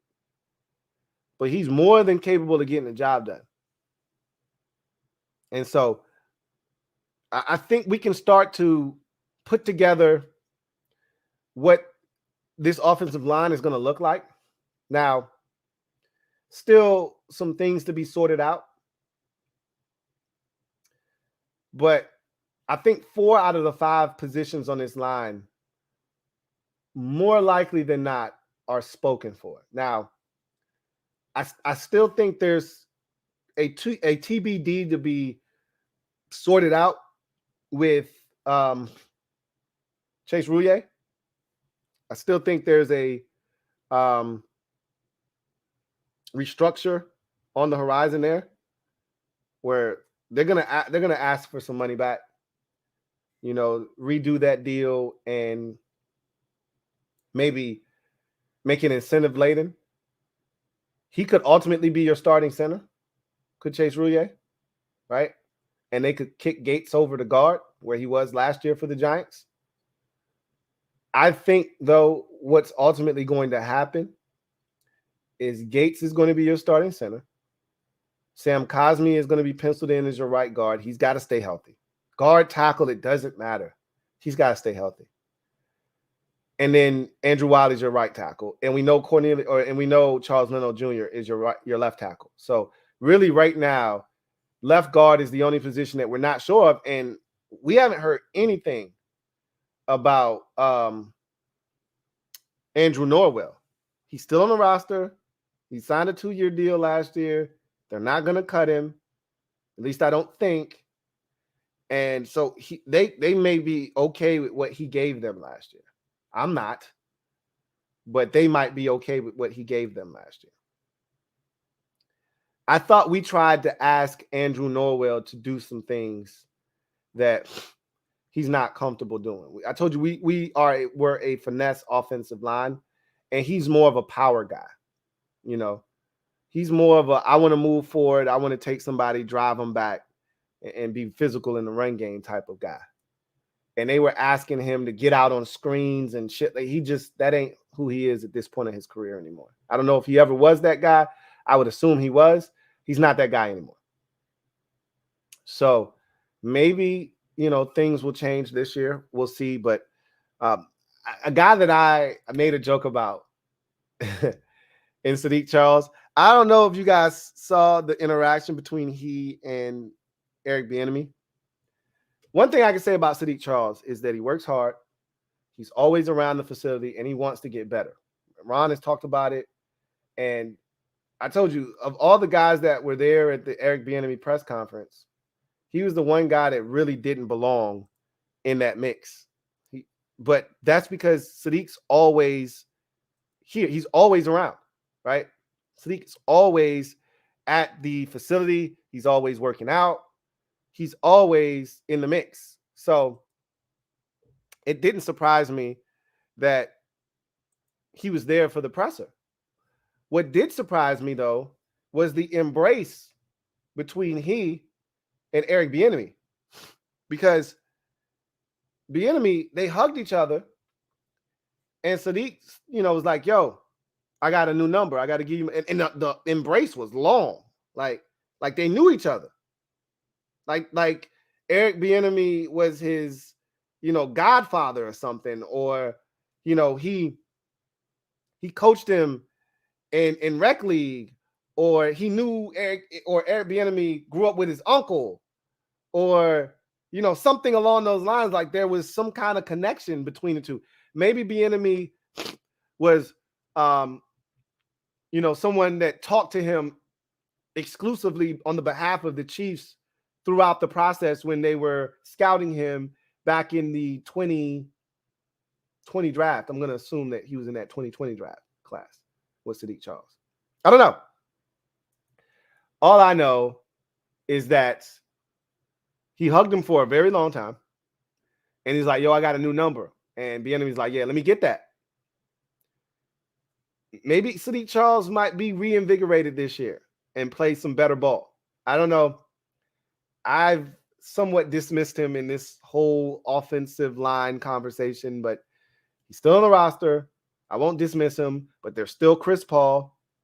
There's still Andrew Norwell. All right. There's still Molinaro, or I think it's Montero, who played in the Chiefs game in the preseason last year, Aaron Montero. There's a number of guys still in the mix. And so that leads me to, and Jacoby Brissett also spoke. I don't want to, leave him out of the conversation. He spoke, and he pretty much said, excited to be here, excited for the opportunity. I know my role. He said, every day you compete in this league, no matter what, your role is. You compete every day in this league. I'm going to come in here and compete. They told me I'm coming in here to compete, and that's what I'm going to do. So that's that, right? He knows he's coming in here to be the backup, but you can't accept that as a competitor. So he's going to come in here. He's going to push Sam Howell. Ultimately, Howell's going to be the guy, and we're going to move forward there. But what I want to ask you guys is, we went into the offseason, and we had a list of what we thought this team needed, right? And I laid out all the positions that I thought this team needed, and I listed them. I don't know if I ever put them in order. I remember doing that last year. I don't know if I did it this year, but in no particular order, we went into this offseason needing offensive line, running back, defensive end, linebacker, corner, quarterback, and punt returner. All right. After free agency, what order would you put those things in? All right. Offensive line, We got 2 of them in free agency. Running back, we just let go of J.D. McKissick. They did re-sign Jonathan Williams, but I still think running back is a position that you could take a look at. And a lot of you have asked me, what do we do next in free agency, Louie T? I think the only thing left, if they really wanted to make a move after quarterback, I told you that was the last thing really that needed to be done. Jerick McKinnon, who is my favorite player in the entire league, that is not a Commander. You guys know how I feel about Jerick McKinnon. I call him the secret weapon. Shh. Don't tell nobody about the secret weapon known as Jerick McKinnon. He's always been that for me since he was drafted into the league by the Vikings, went to the 49ers, had a couple of injuries there. Looked like his career was teetering on the edge of being over because of some significant injuries. Got his shit together from an injury standpoint, stayed healthy, had a good season in San Francisco, parlayed that into an opportunity in Kansas City. You've seen what he's done with the Chiefs, was a vital part of their offense last year, and he's available. And he'd be the perfect replacement for J.D. McKissick. And the thing I love about Jerick McKinnon is that you don't have to carve out a specific amount of snaps or touches for him. He could have 0 touches this week, and he could have 12 next week, and it won't make him one bit of difference. He's like the perfect bench player in the NBA, the guy that doesn't complain about minutes, the guy that you don't have to worry about what his role is on the team or what consistent minutes is he getting or isn't getting. He's the guy that you don't have to draw up any plays for. He's just a guy that's going to go about his business human-like. And whether you need him this week or you don't need him this week, he's fine. Either way. And when he comes in, he's one of the best pass protectors in football. He's physical. He used to play the quarterback position, so he sees it from a unique perspective. There's a lot of reasons why I love Jerick McKinnon, and I know Eric Bieniemy loves Jerick McKinnon. To me, that is the final piece that I am looking for this team to go out and acquire in free agency. If you want to take another position completely off the board in the draft, I think this is how you do it here. Because I think defensive end with the signing of F.A. Obata probably taken completely off the board in the draft. I wouldn't do it because I would have went out and drafted a young boy just in case things don't go well with Montez and or Chase. I would love to have a young boy already waiting in the wings, but they went the F.A. Obata route. He played well for us last year. I got no issues with that. And your cupboard is full at both defensive tackle and defensive end. We don't have, if everybody's healthy, we don't have to do another thing at defensive tackle or defensive end. You've got Chase Young, Montez Sweat, Casey Toohill, James Smith-Williams. You've got Shaka Toney, F.A. Obata, and you still got William Bradley King on the practice squad. You don't got to do nothing else at defensive end if you don't want to. At defensive tackle, you've got Daron Payne, Jonathan Allen, Fedarian Mathis, and John Ridgeway. And you still got the IPP, the International Pathway Program player, David Bada. You don't have to do nothing at defensive tackle if you don't want to, right? You can add running back to that list if you sign Jerick McKinnon. Because right now, to me, there's still a void at running back. If you don't sign a running back, then you could still conceivably draft one. Keep in mind that Antonio Gibson is a free agent next year, right? Don't know if he'll be back or not. And Jerick McKinnon doesn't solve that. So I'm not advocating for that. But if you're Ron Rivera and you're going into a make or break year, you want to load up with as much talent as you can. McKinnon would complete, I think, the cipher of the skill position guys that can really help you win games in the upcoming season. So that's something that I would do if I were Washington. That would be the last real free agent that I would be taking a hard, long look at. That isn't a former Commander that you're looking to potentially bring back like Cam Sims. All right. So I want to ask you guys, of this list of positions that we went into the offseason feeling like this team needed to upgrade, offensive line, running back, defensive end, linebacker, corner, quarterback, punt returner. What would you say is the team's biggest need after free agency? I think we would all agree going into free agency, offensive line was the biggest need, the thing that they had to attack via free agency, and they did that. All right. They did that, and they did it in a way that I didn't envision them doing. I didn't think they would attack tackle. I thought they would just go out and get interior offensive linemen. But they went out and they got themselves a tackle and a guard. So now you've got Cornelius Lucas back in a swing tackle role. You've got your starting left tackle. You presumably have your starting right tackle. So you don't really have to do anything in the draft. And again, Cosme is still on his rookie deal. You still got Cornelius Lucas on the last year of his deal, but you can easily bring him back if you want to next year, if you so choose. You got Charles Leno Jr. on the second year of a 3-year extension that he signed. While he's coming in, he signed a 3-year deal. You can get out after 2, but he's here for the next 2 years at a bare minimum. I mean, what I'm telling you is the pieces of this line are pretty much, Gates is on a 3-year deal, right? This line is pretty much intact if done correctly. So what I want to know is, what is the most concerning position for you now that we've attacked and addressed the offensive line? They shored up defensive end. They did bring in a linebacker. I can't speak for you, and I won't put words in your mouth.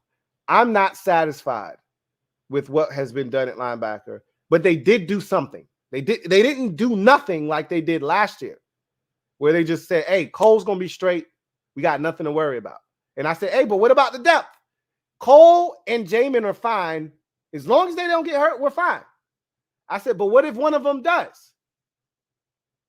And Ron looked at me with that same stare that he looked at that reporter after he said, you guys can be eliminated today. And Ron said, we can be eliminated today?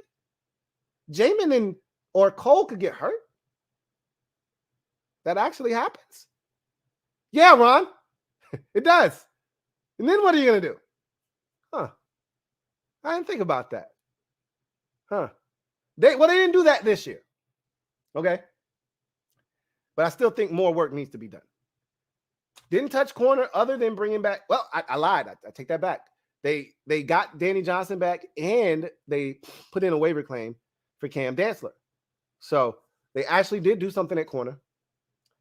They signed Jacoby Brissett at quarterback, and punt returner still remains a mystery. So I'll leave it at that. And now we go to the comment section to see what you guys have to say. All right. Rob, thank you for the super chat. Greatly appreciate you. Thank you for being a member of the MOBB. Who writes, what up, Lou? What's up, Rob? 3 years, $18 million for Cole, and we couldn't bring him back. Come on, man. I know, right? It's so frustrating. And we knew what the deal was going to be. We knew it was going to be 15, 18, or 21. If it was 21, I still would have been disappointed that they couldn't match that. But at 21 million, I would have said, all right, maybe that's a little bit more than you were willing to spend on Cole. Okay, I get it. 18, and it's up to 18. Again, up to is a key phrase. It's not a 3-year, $18 million deal. It's a 3-year deal that can get up to $18 million, which means it's more like 3 years, $14 million. 3 years, 13 and a half with incentives that can get to 18. Come on, guy. You couldn't do that? That's garbage. But again, no need in crying over spilt milk. What's done is done. He's in Pittsburgh now. There's nothing we can do about it. I've said my piece. You've said yours. We're just going to move on. Again, as I always say with these moves, I said the same thing with when he benched Taylor Heineke. I said, Ron, this shit better work. This shit better work. or they're coming for your monkey ass. And when that shit didn't work last year, he was this close. They were coming for his monkey ass. And if Daniel Snyder was a normal NFL owner, not on the verge of being pushed out of the league and about to sell, his ass would have got fired last year. That move to bench Heineke in favor of Carson, that's a career-defining move, or a tenure, not a career, a tenure-defining move. Because you're talking about the difference between potentially making the playoffs and not even having a shot. That's not what this move is. You know, moving on from Cole Holcomb. It's not the same thing. But I remember once upon a time when they got rid of Antonio Pierce, and I was like, why? Why? What are we doing? Why do we do that? And if I'm not mistaken, they brought in somebody, I think like Jeremiah Trotter or somebody they brought in. And Antonio Pierce promptly went to the Giants, took control and command of that defense, became a captain, and led them to a Super Bowl. And we got left with 79-year-old Jeremiah Trotter, who was no longer chopping wood. And I looked and I said, you got to be shitting me. That ain't what this is. But it reminds me a bit of that. Cody Barton's not old. He's not washed. But anyway, I digress. Reedy Davis, thank you for the super chat. Greatly appreciate you. Reedy Davis writes, forget Dan. He dampens the mood. In a normal situation, I would agree with you. But when you're talking about him cleaning out his shit, this is a situation that starts to lean towards excitement and sheer euphoria. Again, as a long-suffering fan of this team, I did not think I would see this day anytime soon.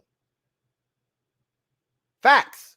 Like, just like I never thought the Redskins' name would be changed when Dan said all caps, never. In my mind, I said all caps, he ain't never going nowhere. To see where we are now and to hear that he cleaned out the facility, Birdman hand rub. Yes. Swaggy P, thank you for the super chat. Greatly appreciate you. Thank you for being a member of the MOBB, who writes, I'm not even going to wait for the ink to dry once Dan sells to celebrate. Who can I ride with to the party at FedEx? Hey, Swaggy, man. It'll be parties all over the place. You probably won't even have to ride up to FedEx. You step outside your crib and there might be a little small gathering, right? There are pockets of Commanders fans everywhere that are waiting for this shit to go through. So, I don't even know if you got to roll up to FedEx. I mean, if you want to be a part of the biggest party, FedEx is probably where it's going to be at. But if you just want to be a part of a party, just probably step outside your crib and it'll be a small gathering there, you know.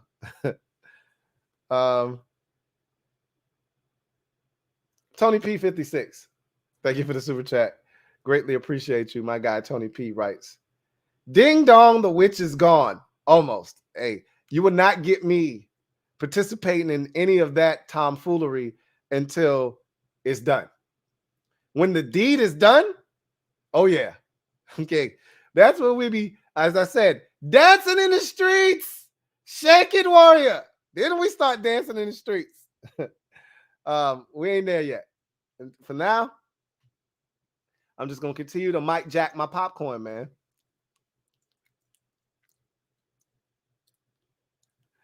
All I need is a little curl coming down. Rest in peace to the one and only great Mike Jack. Rob, you. Thank you for the super chat. Greatly appreciate you. Double up. Thank you for doubling up. My guy, Rob, you writes, I see a good year for Howell if they can protect him. Not only if they can protect him, but I think the change in philosophical belief is going to protect him. Scott Turner did a horrible job of adjusting to an offensive line that was terrible in pass protection. And he didn't do it any favors. He never moved the pocket. There were no bootlegs, or at least not enough of them. The screen game was horrible. There was nothing to slow down a pass rush, right? Too many deep drops. And everything that was short underneath, it was shallow crosses that were long developing. Teams knew how to play those against us because we ran them too damn often. This offense is going to allow Sam to get the ball out of his hands. So even if the line isn't protecting at a high enough clip, between Sam's athleticism and the way that they're going to call the offense in the West Coast style of play, they're going to get it out of his hands. I got no doubts about Sam's ability to manage the offense this year and make plays. Video channel. Thank you for the super chat. Greatly appreciate you. Who writes, "Sup, Lou? Sup, video channel?" Says, "Word is Jacoby was out in VA looking for you after his signing." Also, Cole signing got me feeling like the Ryan Clark situation all over again. For those of us who have been fans of the team long enough, who can remember all the way back to those days, back in 04, 05, 06. And I think Clark left after the 05 season. Same with Antonio Pierce, if I'm not mistaken. Both of them left that offseason, and we replaced them with Archuleta, and I keep saying Jeremiah Trotter.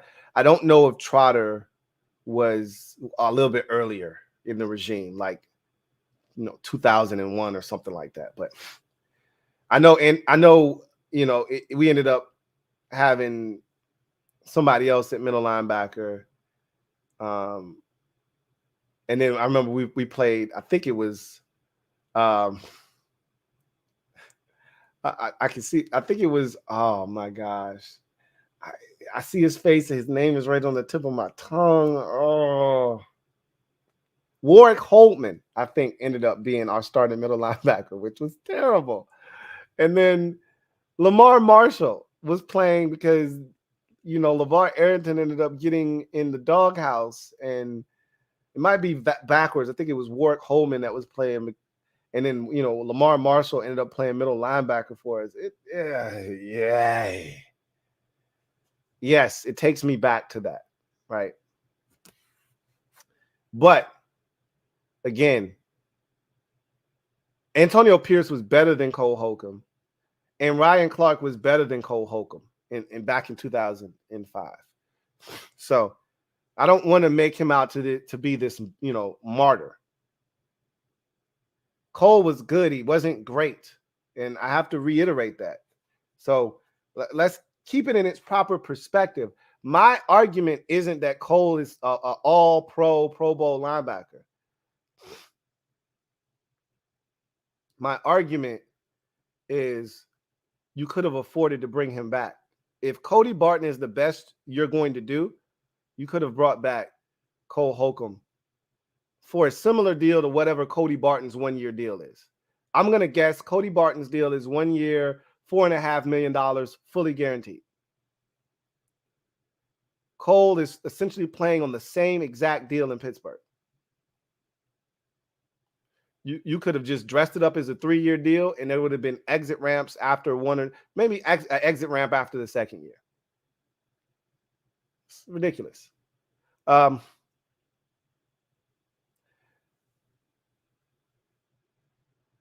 know you said Jacoby was out looking for me in these streets. I don't want any smoke, right?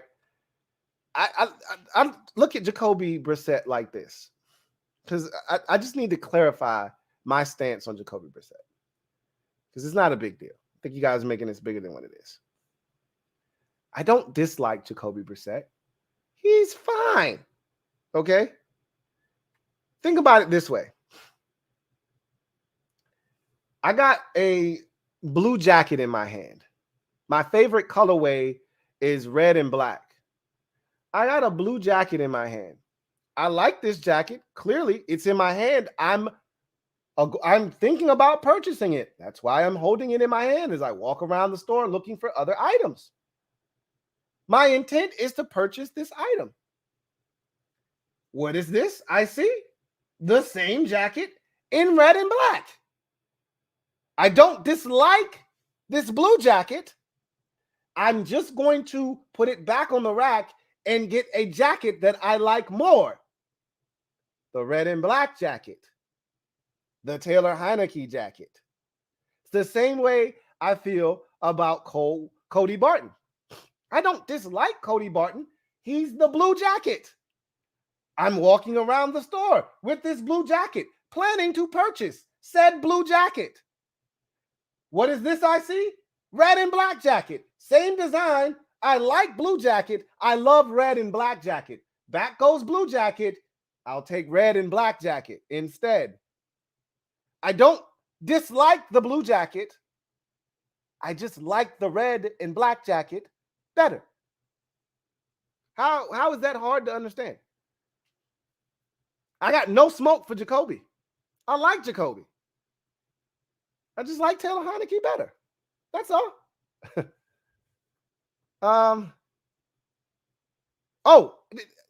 Before we get to Jordan like the GOAT, did y'all see Heineke's comment? So he spoke with the media. Most teams are holding press conferences for their newly signed players. Heineke spoke to a reporter in Atlanta, and he said, matter of fact, I don't have to paraphrase. I can go track down the actual quote. I think Ben Standick had it on his Twitter. So I'm going to go find it because I'm pretty sure that's where I saw it today. And so I'll track it down and I'll read it to you. And here it is. This from Taylor Heineke today. Heineke on leaving Washington. Quote, it was very tough. I feel like that's a home for me. Remember, he went to college at ODU in the 757, and then he ended up playing for the Washington football team, then the Commanders. So it is like a second home to him. He says, I built a lot of great relationships there. There are a lot of great memories there. They gave me my second chance at football. I'm going from one home to another, so it's a pretty easy process, but I'd be lying to you not to say I was a little heartbroken to leave those people up there, okay? So there's that. He also added that he thought he was heading back to D.C. as of, quote, 2 or 3 days ago, close quote, but the Falcons came back with a better offer. So that's essentially how that situation played out. He thought he was going back to Washington as of 2 or 3 days ago. Washington put an offer out there. He was thinking about signing it. Falcons put a better offer on the table. So that tells you he was going to get less than the $7 million he's getting from Atlanta. It was probably going to be more of a $5.5, $6 million deal here in Washington. And maybe the incentives wouldn't have gotten it to $20 million. Maybe it was a 2-year, $16 million deal here in Washington, right? 12 in aggregate with incentives, it could get to 16. And the Falcons like, oh, hold on, don't sign that shit. I got 2 for 20 with a base of 7. And Taylor's like, hey, that Jordan escrow you got for me? Because I know your boy Desmond Ridder, he ain't starting all 17 games next year. I'm here now. I'll be in that bitch in week 6 or so. That Jordan fund, those incentives, I call it the Jordan fund. That's a pretty good little piece of change you got off to the side for me. I think I'm going to take that contract instead. So I thought that was interesting. He was this close to coming back, and Atlanta put a deal he couldn't refuse in front of him. Good for him. And thus, Jacoby Brissett is here in Washington. Jordan like the GOAT. Thank you for the super chat. Greatly appreciate you. My guy, Jordan like the GOAT writes, Lou, what it do? What's going on, Jordan? He says, I'm starting to rethink the moves we've made. Uh-oh. Have we really upgraded at any of the positions that we've signed? Yes, we have. First of all, the biggest problem with the offensive line, I don't know how much better we got on the offensive line. Only time will tell. Okay. What I can tell you is that we have something that we lacked last season on the offensive line, and that is real depth. Okay. Real depth, tangible depth. Last year, we were, as you could see, 1 or 2 injuries away from being in the position that we ultimately ended up in. We knew Tyler Larsen was going to start the season on the PUP list. He was coming off of major surgery. We knew he was going to be out. So we couldn't afford an injury to Chase Roullier. That happened in week 2. We couldn't afford an injury to Wes Schweitzer. That happened in week 3. And just like that, you had no depth. Okay? We have depth this year at center, at guard, at tackle. Okay? With Cosme moving over to guard, it gives you more guard depth. It gives you more upside at guard. Trey Turner there was no upside at guard. So yes, by adding Andrew Wiley and Nick Gates, even if Chase Roullier comes back, I feel really good about center. And they re-signed Tyler Larsen today, right? So think about it this way. You got to have 3 dudes go down for us to be back in the position we've been at center in the last 2 years. 3 legitimate starting centers have to go down. Last year, 1 center went down at the beginning of the season, and we were back to where we were the year before because Larsen wasn't healthy yet. Wes Schweitzer could barely get the damn ball back to Carson Wentz against the Eagles. How many times did he have to bend down to catch a snap? We had to go sign Nick Martin, and he sucked ass. Bless his heart. He gave us everything he could, but he wasn't good enough. 1 injury did that to us last year. Then Larsen came back, right? Got hurt again, and he was healthy for about a 5-week stretch. It's no wonder that he comes back, I think, against the Bears. I think his first game back was either Tennessee, we should have won that game, or the Chicago game, and we go on this winning streak. It's not a coincidence. He gets hurt in the first Giants game, which is a tie, and then our season falls apart because we got to go back to playing musical chairs on the offensive line, especially in the interior again. 1 injury did that twice last year. You're 3 injuries away this year. That's hard to do. It's not impossible. We've seen one position be ravaged on our team before, but it's hard to do.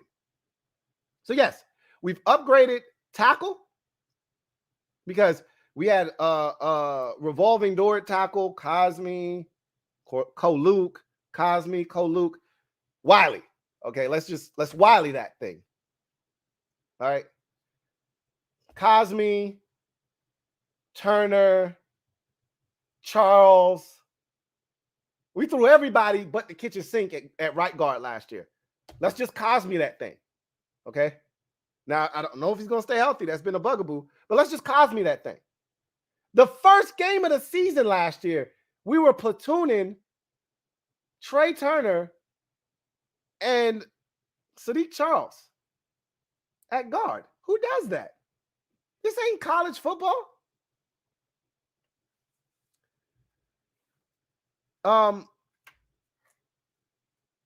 We got a guy at guard now. We got a guy at center. And I think Nick Gates. Could be Chase Roullier. Either way, we're good. I don't know what the hell they're going to do at right guard yet, or left guard. I'm not sure. Could be Andrew Norwell. I hope it's not Andrew Norwell, but we'll see. And then you got Charles Leno Jr. at left tackle. The offensive line is better. How much better? We'll see. It remains to be seen, but it's better. Can't be any worse, right? It's better. You didn't really need to upgrade wide receiver. You knew they weren't going to upgrade tight end. Running back is just fine. I think you can make one move there, right?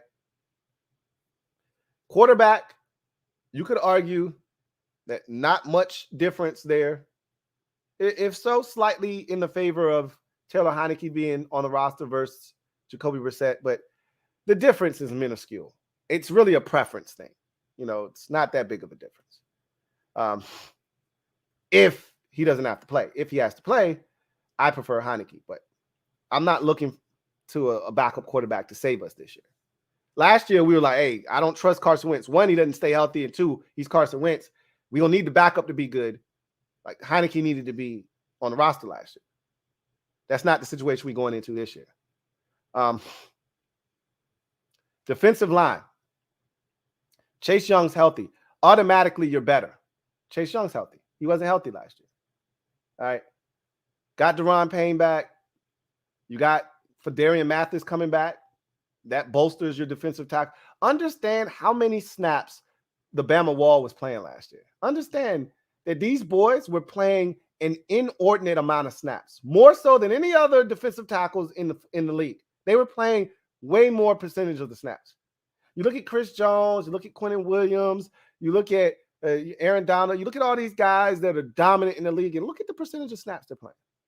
When you look at our guys and you go, wow, they're at their best more because they have more energy, more stamina. Our guys are out there busting their ass and still making plays despite playing 80, 85, 90% of the snaps. They won't have to do that this year. You could argue that linebacker may be in the same position it was in. I'd argue that it's slightly better. With Khalid back, like actually going to be on the roster this year. Jamin Davis, a year better in the system.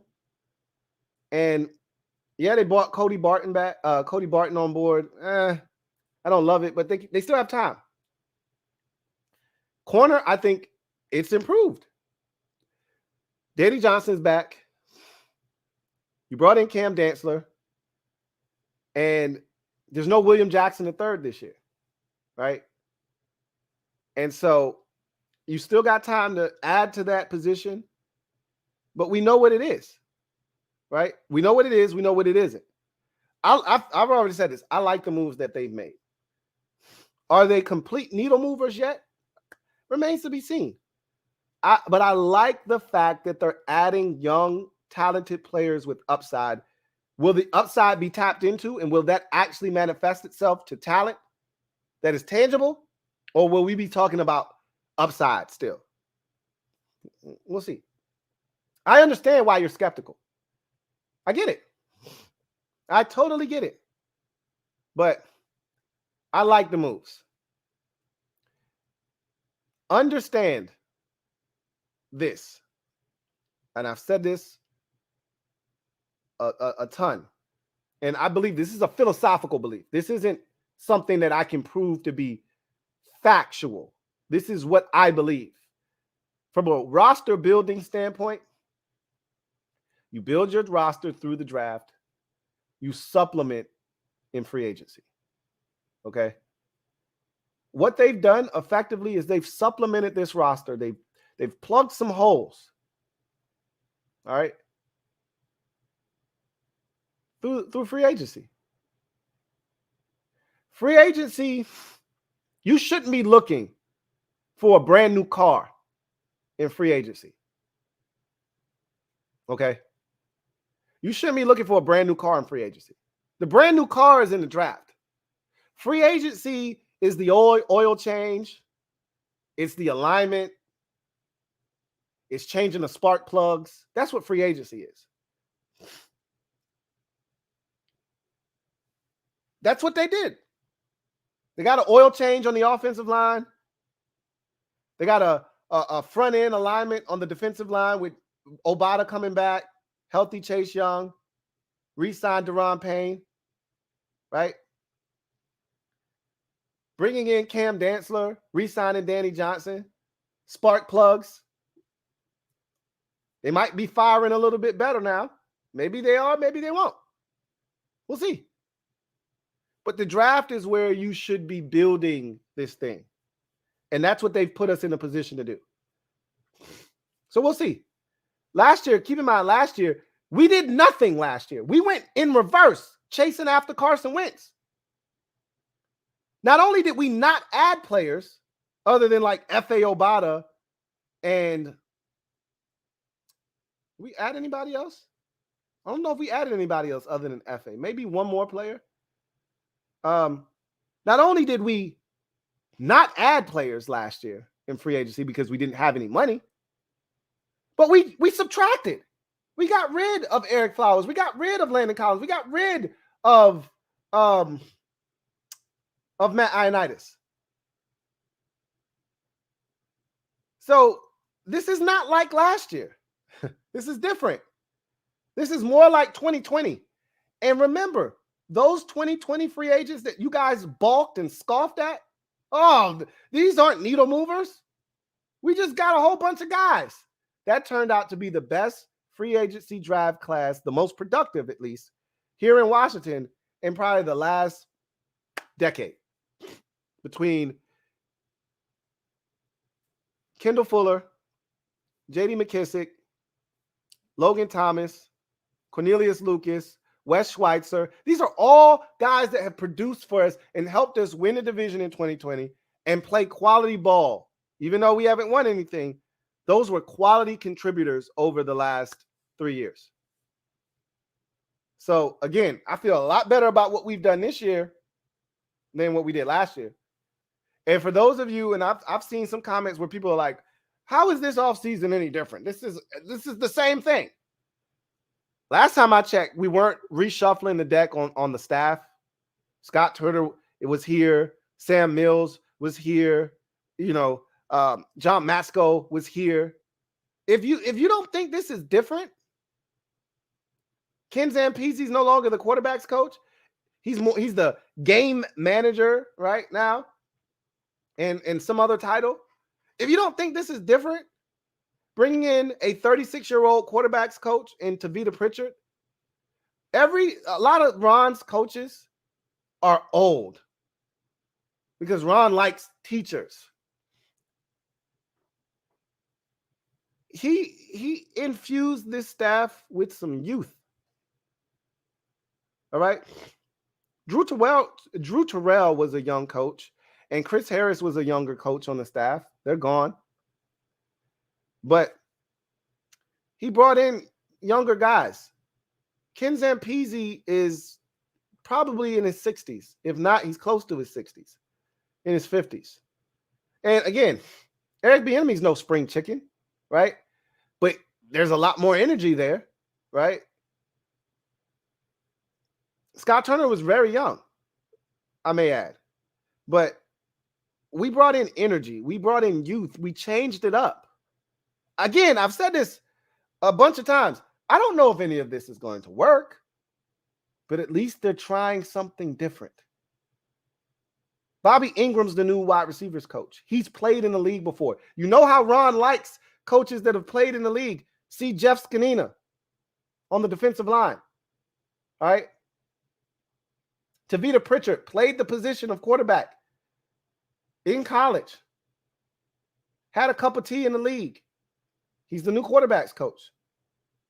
Eric Bieniemy played in this league. You see what Ron's doing? You see a theme here? We'll see what happens. I get your skepticism. It's not unwarranted. I get it.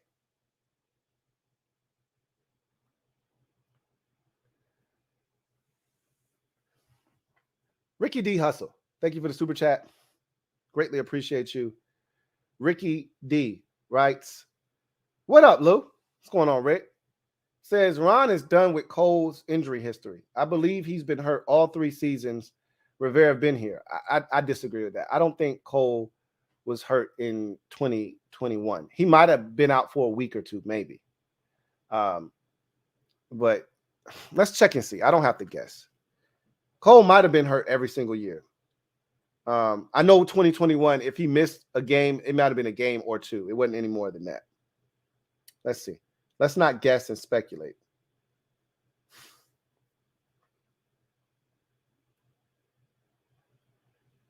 I know he was banged up this year, and I think he was banged up in 2020. Let's see. Cole started 16 games, all 16 games in 2019, which, to your point, Ron was not here for that.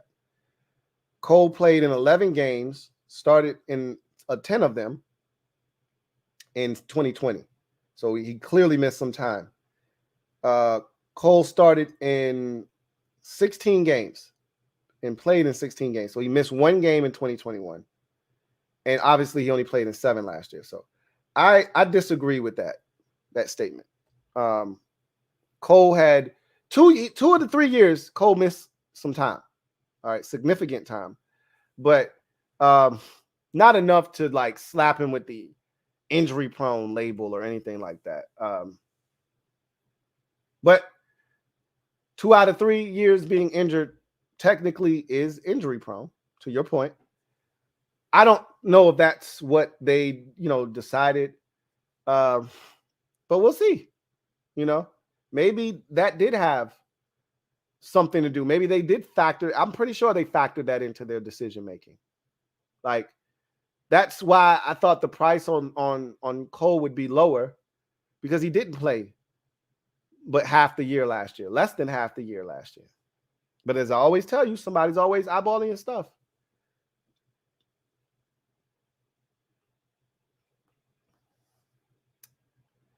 All right. Let's see.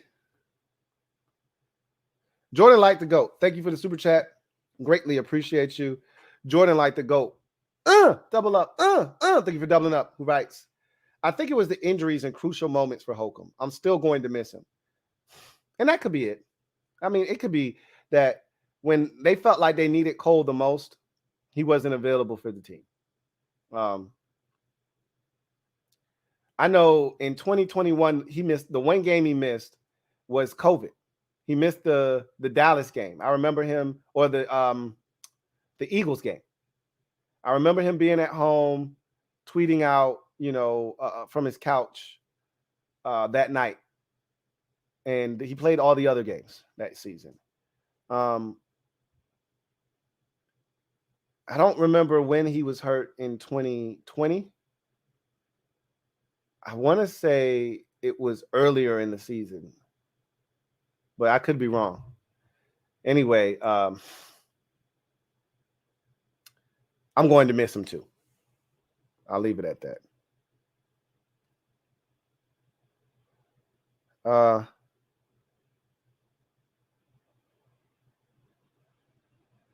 Let's see.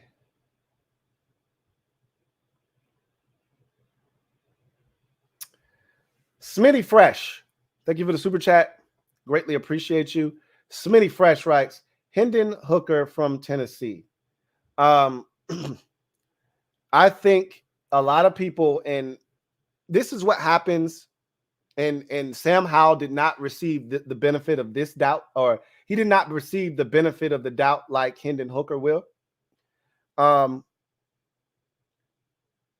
Hendon Hooker is coming into the league at a time where his skill set is being valued higher than it's ever been because of what Jalen Hurts what we just witnessed in the Super Bowl with Jalen Hurts. Give me 1 second. I need to blow my nose. I'm sick and tired of trying to push it back up.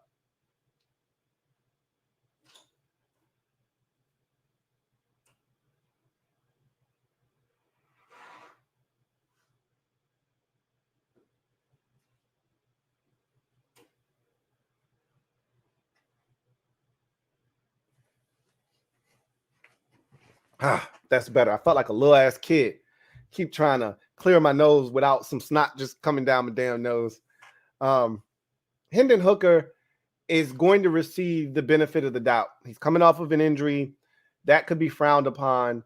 But what we witnessed in the Super Bowl with Jalen Hurts, and I think Anthony Richardson is also going to benefit from the same thing, just like I think Hendon Hooker is. Not only did you see athleticism and all the things that we knew Jalen Hurts was capable of. We joked, we called him a running back playing quarterback. His ability to speed up the time frame of which he turned from a mobile quarterback that you wanted to stay in the pocket to a guy that could slice and dice you from the pocket was uncanny. I don't give a shit who you are as an Eagles fan, how devoted you were to Jalen Hurts. You did not see his ascension to potential NFL superstardom, and he's not there yet, but he's on the way. You didn't see that. Not after what he did in 2021.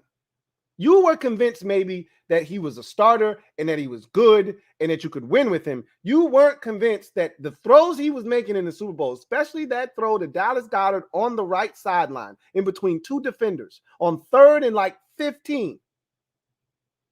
You didn't know he was about to start doing shit like that. Okay? Because of what we watched in the Super Bowl, people are looking at Anthony Richardson and saying this guy got everything. And if we could get him to turn into what Jalen Hurts did, shit, he's better than Jalen Hurts. He's bigger, he's faster, he's stronger than Jalen Hurts. Got a better arm than Jalen Hurts. But up here, is he Jalen Hurts?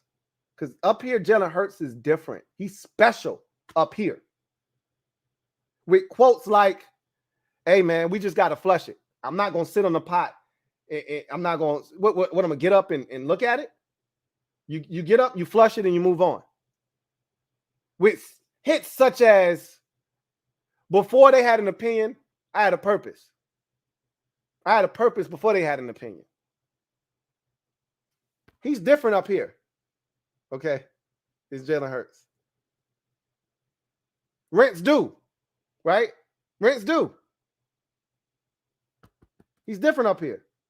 I can't vouch for Anthony Richardson up here. I can vouch for Hendon Hooker up here. He's got the same, he's cut from that same cloth as Jalen Hurts.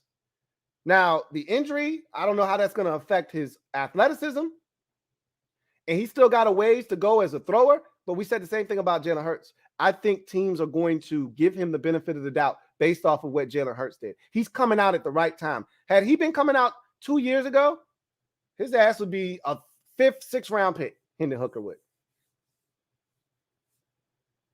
I think he's going no worse than the 3rd. He'll go in day number 2, I believe.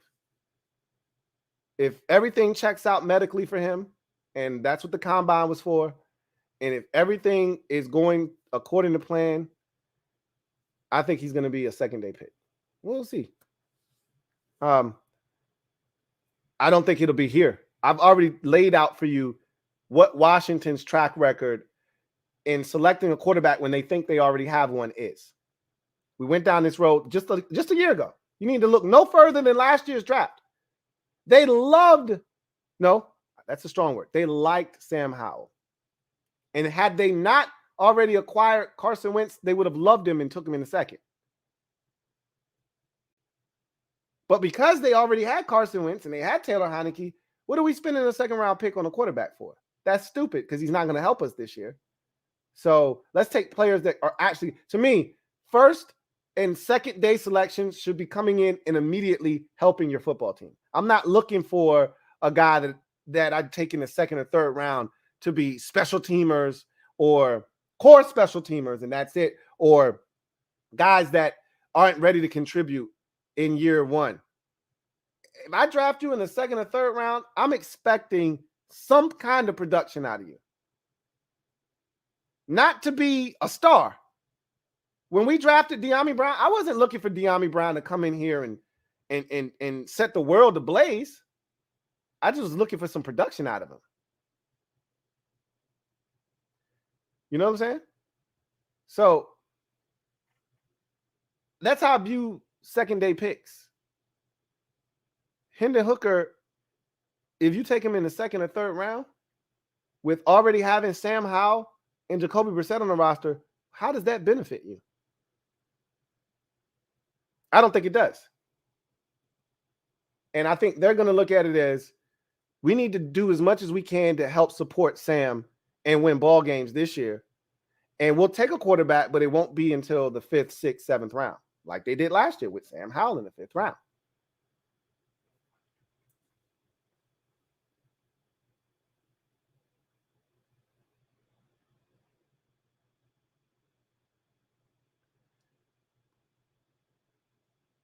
All right. Super chat from my guy, JP. Thank you for the super chat. Greatly appreciate you. My guy, JP, writes, what's going on, Lou? I'm rooting for Howell also. Saw plenty of media talking heads have us sucking bad enough for Caleb, though. I know it's garbage. I told you I don't get into that stuff. I don't watch any of that stuff. Look, everything that we get in the media, I just assume we deserve it. Whether right or wrong, whether they know what they're talking about or they don't. Most of them don't. I told you what LaDainian Tomlinson said about us. You know, Eric Bieniemy going to Washington, but they don't have any talent there. Clearly, LT, you stick out to the West Coast and watching the Chargers, man. You do that. Like, a lot of these dudes have no clue what they're talking about.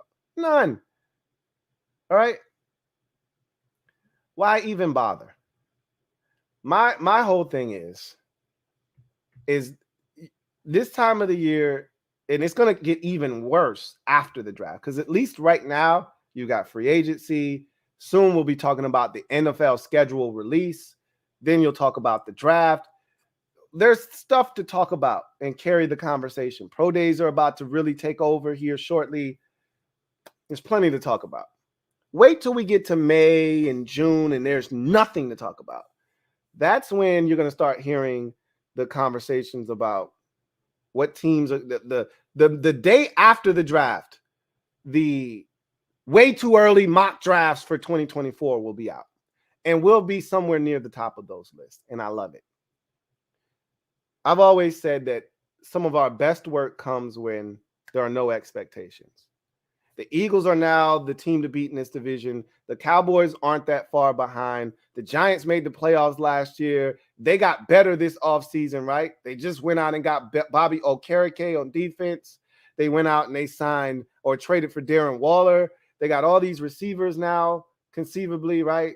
They're a better football team. They got these. They just re-signed Darius Slayton. You know they're going to draft a receiver probably in the first round, right? They got all this stuff. They're better now, are the Giants. And then there's just lowly old Washington, the only team in the NFC East to not make the playoffs last year. And who's their quarterback? Sam Howell. That's the running joke. Who's their quarterback? Sam Howell. Oh, so what's the commercial? New York City. What's that the commercial for? Isn't it like a hot sauce or something? New York City. Sam Howell. We'll see who's laughing down the road. We'll see who's laughing. I'm not looking to convince anybody of anything other than we got ourselves a quarterback. But we're going to have to show them better than we can tell them. Again, talking is talk. Sam going to have to show them. And between the addition of Eric Bieniemy, the talent that already existed here before Bieniemy got here, and the talent that we're going to add, and the fortification, I told you, I think that's a word. And if it's not, I like it anyway. I'm going to stick with it. The fortification of this offensive line. Sam's about to tear the shit up.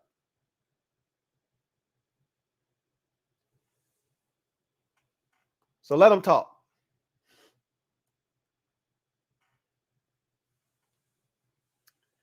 John Perez, thank you for the super chat. Greatly appreciate you. John Perez writes, we're so close to the end of the Snyder reign, Lou. We're getting there. It feels like the end is near. But I don't count my chickens before they hatch anymore. I used to do that. I'm smarter. I'm wiser. And I'm just going to wait until they actually hatch. But we getting there. It feels like the end is near. Feels like it's imminent.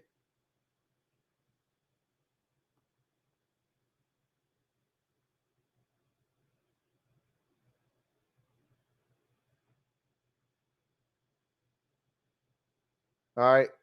Isaiah Rosa, thank you for the super chat. Greatly appreciate you. Isaiah writes, if the Eagles retain Chauncey Gardner-Johnson, how would you feel? How would you grade this offseason so far? Look, you knew they were going to lose a lot of guys from the team last year because there were a number of guys that were impending free agents, and they couldn't retain them all. And the Eagles knew this, which is why I said they better win the Super Bowl because, you know, it's funny. I was listening to Charles Barkley on Inside the NBA. I want to say it was last week. And he said the biggest misconception about teams that are good is that you can win the championship every year. And he said, that's a lie. He said, I was on some good teams, but you know when you got a shot at winning a championship. And he's like, that year we lost to the Bulls, I knew we were good enough to win the championship that year. And I knew that was our shot. And he's like, there were other years that I thought we were good enough, but there were two in particular. One, they lost, I want to say, to the Jazz. Well, it was to the Rockets. And one, it was to the Bulls. And he said, you don't know what's going to happen with injuries. You're not going to have the same team the next year. Things constantly are changing, and you got to take advantage of opportunities when they come. And the Eagles had an opportunity last year, and they came close, but they didn't get it done. So you knew off of the strength of the success that they had, everybody was going to be looking to get theirs. And they lost a lot of pieces. They've retained some of them. You've got what's the defensive end? I don't know why I'm blanking on his name. Brandon Graham. You got Brandon Graham back. You got Fletcher Cox back. We thought Darius Slay was gone. Looks like he's going to be back. You got James Bradbury back. So you retained a good chunk of your defense. And if you bring Chauncey Gardner-Johnson back, I think you're going to be able to still compete at a high level because Jordan Davis is going to be inserted into that defensive line this year with Javon Hargraves gone. And you still could add another defensive tackle if you'd like. But Hargraves is going to be a big piece that you're going to have to, try to fill. And you think Jordan Davis is going to be able to help offset that a bit. TJ Edwards is gone. And I know they don't play the same position, but the linebacker from Georgia that you drafted in the third round, he's going to fill in. You hope that he's going to come in and play well for you. So you've got some pieces that were waiting in the wings. You got a top 10 pick that you're going to spend. We thought on corner. Now you don't have to spend it on corner. You can spend it somewhere else. So if you get Chauncey Gardner-Johnson back, you're in a really good spot still. You lost a lot though, but you're in a good spot still. I would say that it's probably a B- offseason if you get him back. And then we see what you do in the draft.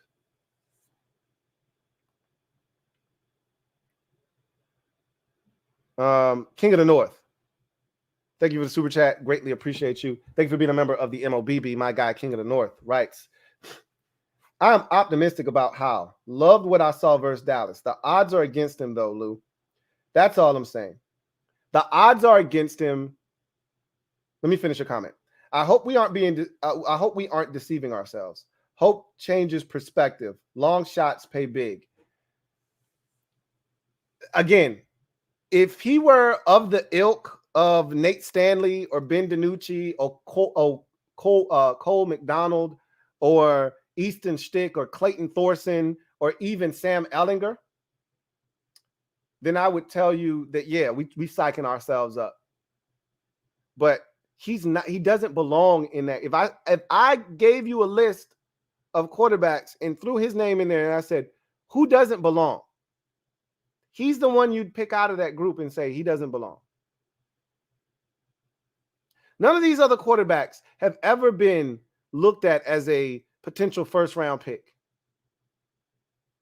Had he come out when the rest of his teammates came out after the 2020 season, he would have been a first-round pick in 2021's draft at quarterback. He'd have been right in there with the Justin Fields and the Mac Joneses. He'd have been right in that mix had he come out in that first round. It come out in that draft. But he wasn't eligible. because he was a true freshman that got on the field at UNC immediately and set ACC records. Not North Carolina records, ACC, Atlantic Coast Conference records as a freshman, a true freshman. Sam Howell is not your standard run-of-the-mill 5th, 6th, 7th round pick. So while he is a long shot because of his draft status, he's not a true 5th round pick. I'll give you an analogy. You know I love analogies. Duke, if you're following the NCAA tournament, they're not really a 5th seed. I remember when the seeding came out, and if you follow me on Twitter, you know I'm a Duke fan. I said, 5th seed, really? Question mark? With the emoji like this, like, really? We a 5th seed? I get it. The body of work says 5th seed, but you see what we out here doing. And you know what Jay Billis said? And, sometimes Jay can be a little bit biased. He's a former Dookie, right? But Jay is also a guy I respect his opinion as a college football or college basketball observer and commentator and an analyst. He said, you know who I feel bad for? I feel bad for Oral Roberts, the 12 seed. You know why? Because they shouldn't be playing Duke as a 5 seed. Oral Roberts went 34-4 this year, or 30-4 this year. All right. They won every single game in their conference. Their reward should not be playing the red hot Duke Blue Devils with the best defense, some of the best defense in all of college basketball. That should not be their reward in the first round of the NCAA tournament. They should be playing a banged up Tennessee team as a 5th seed. They should be playing some other team like Virginia that they can handle, who doesn't score points, who they can upset in the first round.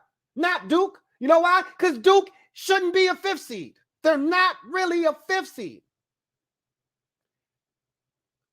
Sam Howell really isn't a 5th round pick. You'll see soon enough, just like everybody else will. It's easy to dismiss him because, he went in the 5th round. He's not really a 5th round pick, just like the Duke Blue Devils aren't really a 5 seed. Hope does change perspective. You're absolutely right about that. No lies detected. This isn't one of those times where I'm trying to convince myself. I said it when he came out. To me, he's the wild card of this year's quarterback draft class. Meaning, the talent is here. The potential is here. He just needs the right fit. Goes to the right team, he'll have a shot. I think he found the right team. It's not often I say that about us, because what have we done to develop quarterbacks? What have we done to nourish, to cultivate talent, to take something that's good and make it great? What have we done specifically at quarterback? Nothing, which is why we haven't had a quarterback, a franchise quarterback, in over 3 decades. We tried to get one in Kirk Cousins, but we even effed that up. He landed in a place where he didn't have to play in his rookie season until week 18, which was a blessing in disguise. He got that one start. He played well. It gave him confidence. It gave everybody else, more importantly, it gave everybody else confidence in him, because I think he was already a confident dude when he came here, right? So it gave confidence to him, and then his teammates looked and said, hey, Sam can do this shit. Now we're going to see. This didn't happen by happenstance. He wasn't one of the best quarterbacks in the nation going into the 2021 season by accident, okay? I'm not saying. I'm just saying. John Perez, thank you for the super chat. Greatly appreciate you. My guy, JP, double up, thank you for doubling up, JP, who writes, I went back and watched your rants about pain and laughed like hell. 5 years later, the man proved a lot of us wrong. Hashtag Duran mother effing pain. I was wrong that was as wrong as I've ever been. And I couldn't be more excited about being wrong. You can't get more wrong than I was about Daron Payne. But if I had to do it again, I would react. Maybe not as many F-bombs. Okay. My mother would, well, actually, my mom is the F-bomb queen. My offspring would not be proud of me for that moment. Okay. I'm older, I'm wiser. I probably wouldn't be dropping F-bombs. However, my reaction probably would have remained the same because when he came out of Alabama, he was what he was. Okay. He wasn't Aaron Donald coming out of Pitt already bagging quarterbacks at a 10, 12, a season clip. All right. He wasn't this badass coming out of Bama. He was a really good player on a great defense that you weren't sure, is he benefiting from them? Are they benefiting from him? Is it a mutual beneficial situation? He's not getting to the quarterback, that's for sure.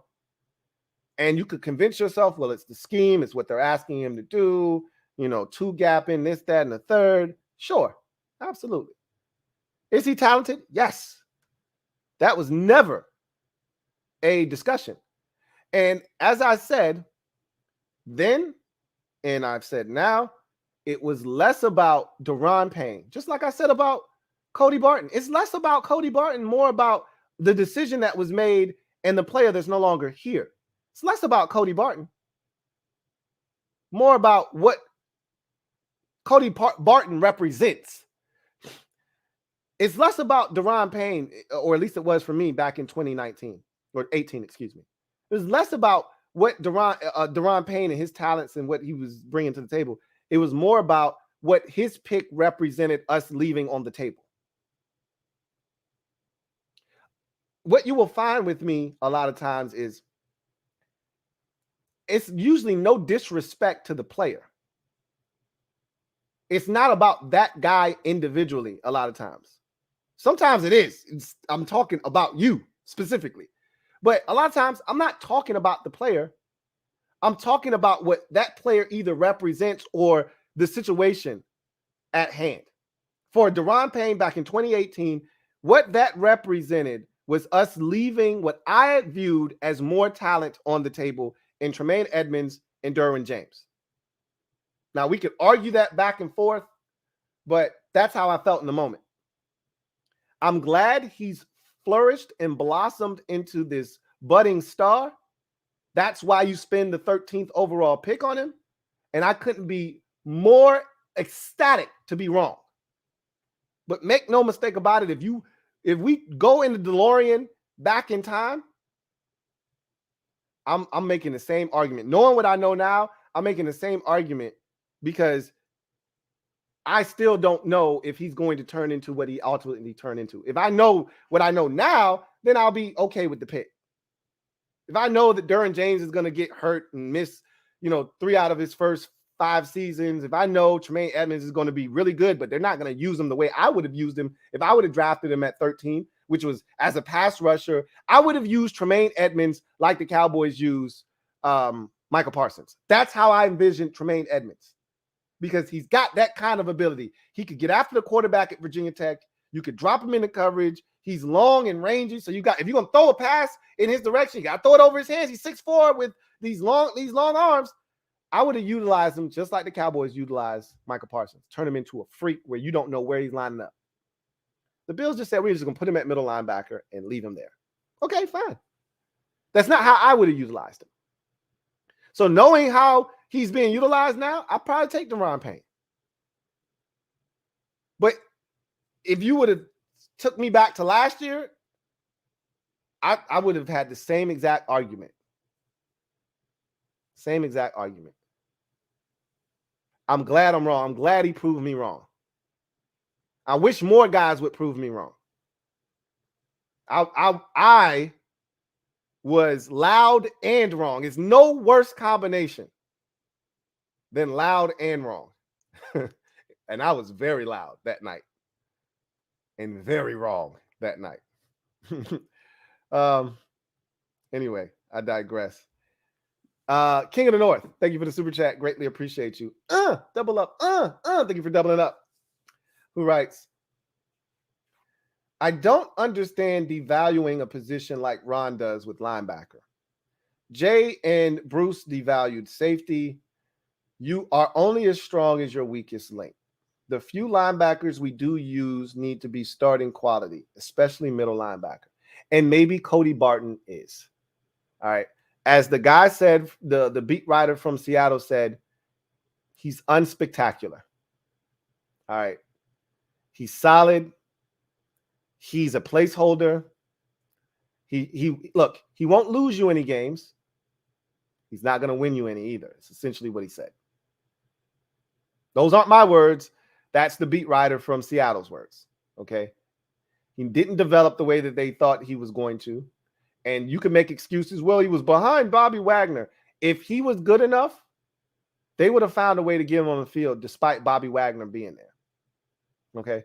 They would have moved on from Bobby Wagner sooner, or they would have said, hey, we got to get this young fella on the field. Sorry, Bobby. Nothing personal. They would have did him just like they did Earl Thomas and Dick Sherman and all the other members of the Legion of Boom before him, KJ Wright. They would have did him just like they did the rest of them. Hey, Bobby, know you a future Hall of Famer, bro. Love you to death. Hey, we got this white boy behind you named Cody Barton that's out here playing some ball, man. We got to get him on the field. That ain't the case. And again, I've said this too. If he's so good and he's developing at such a great rate and he got an opportunity and he played so well for Seattle, why the hell did Seahawks let him walk for a 1 year fully guaranteed contract? It's not like Washington blew any deal out of the water and they was like, oh, hell no, we ain't paying that for Cody Barton. I still don't know what the numbers are. I don't care what they are. I know it's somewhere in that $4 to $6 million range. My guess is 1 year, $4.5 million. That's my guess, fully guaranteed. I don't know what the deal is. It doesn't matter. What matters is Seattle was like, yeah, he had a really good season. We've seen enough. We good. Thanks, but no thanks. It wasn't going to cost them a lot to bring Cody Barton back if they thought he was really good. Why the hell you think they let him walk? Because they weren't impressed. I don't know why they devalue. I don't think they devalue the position as much as they think they're the smartest guys in the room. Meaning they feel like they can take somebody else's leftovers, someone else's table scraps, and turn it into a gourmet meal. Like, y'all didn't know what to do with him. I'm going to show y'all what to do with him. Sometimes you just got to draft Luke Kuechly and be done with it. Like, let's not reinvent the wheel. Let's not try to be the smartest guy in the room. Just go out, get you a stud, and be done with it. They've taken the opposite approach. Like, hey, we're two former NFL linebackers. We can figure it out. Okay, if you say so. Hasn't worked that way so far.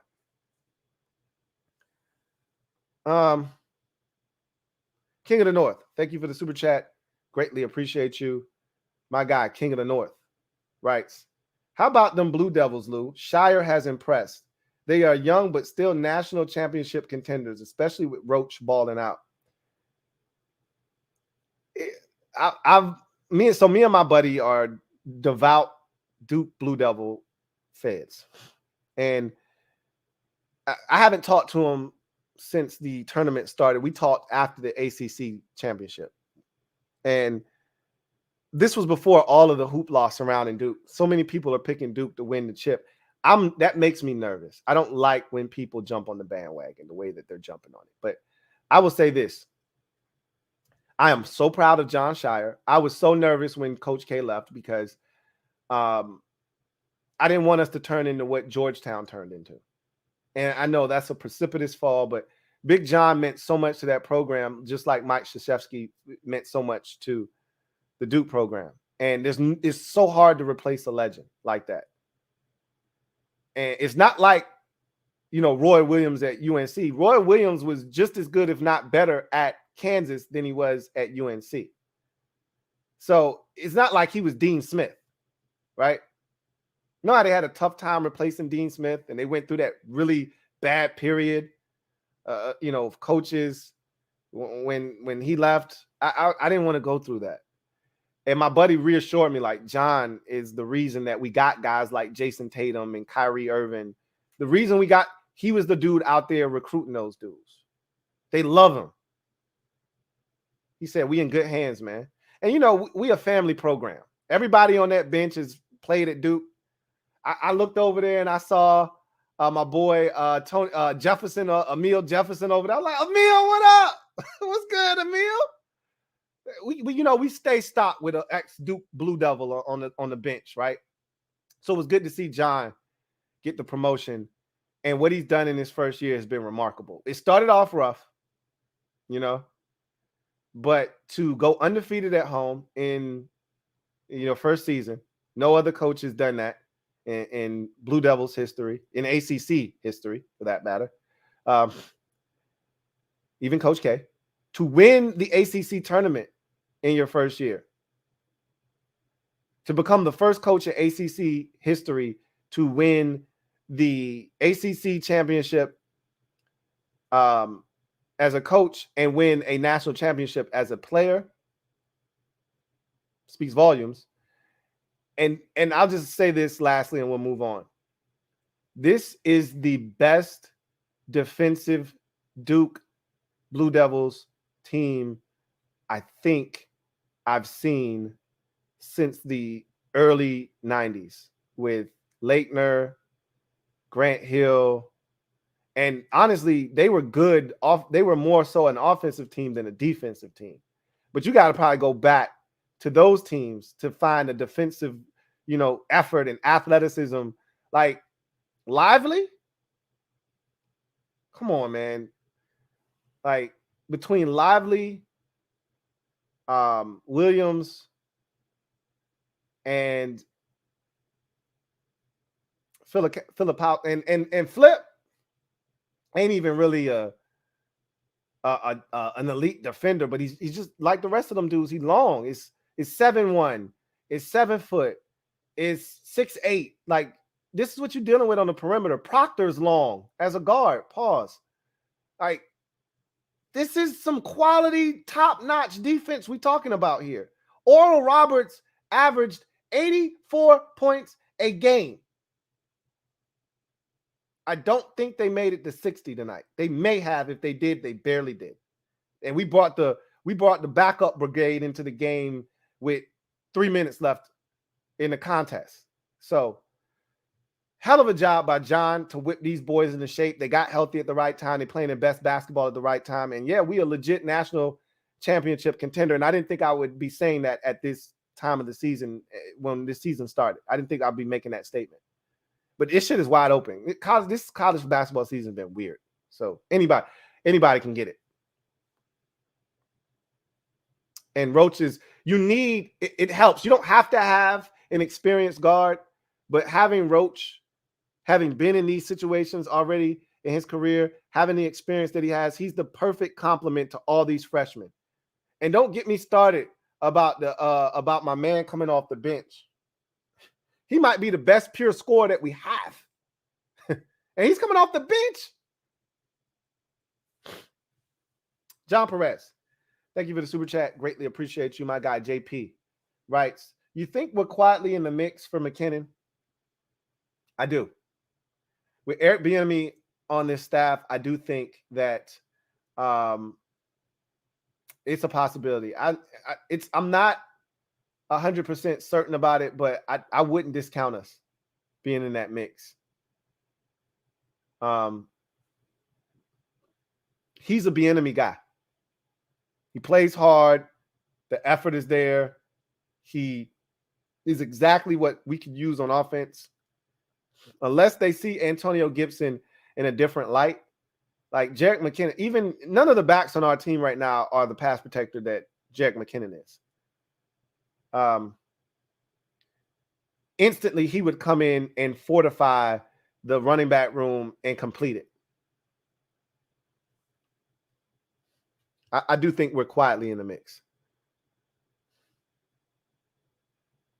JP, my guy John Perez, thank you for the super chat. Greatly appreciate you. Who writes, my UNC heels suck this year. So jealous of Duke. I think that's the difference between our two programs. Is you have years like this, and it's not uncommon for you to have a year where you just aren't very good. Barely make it into the tournament or don't make it at all. It doesn't happen very often in Duke. We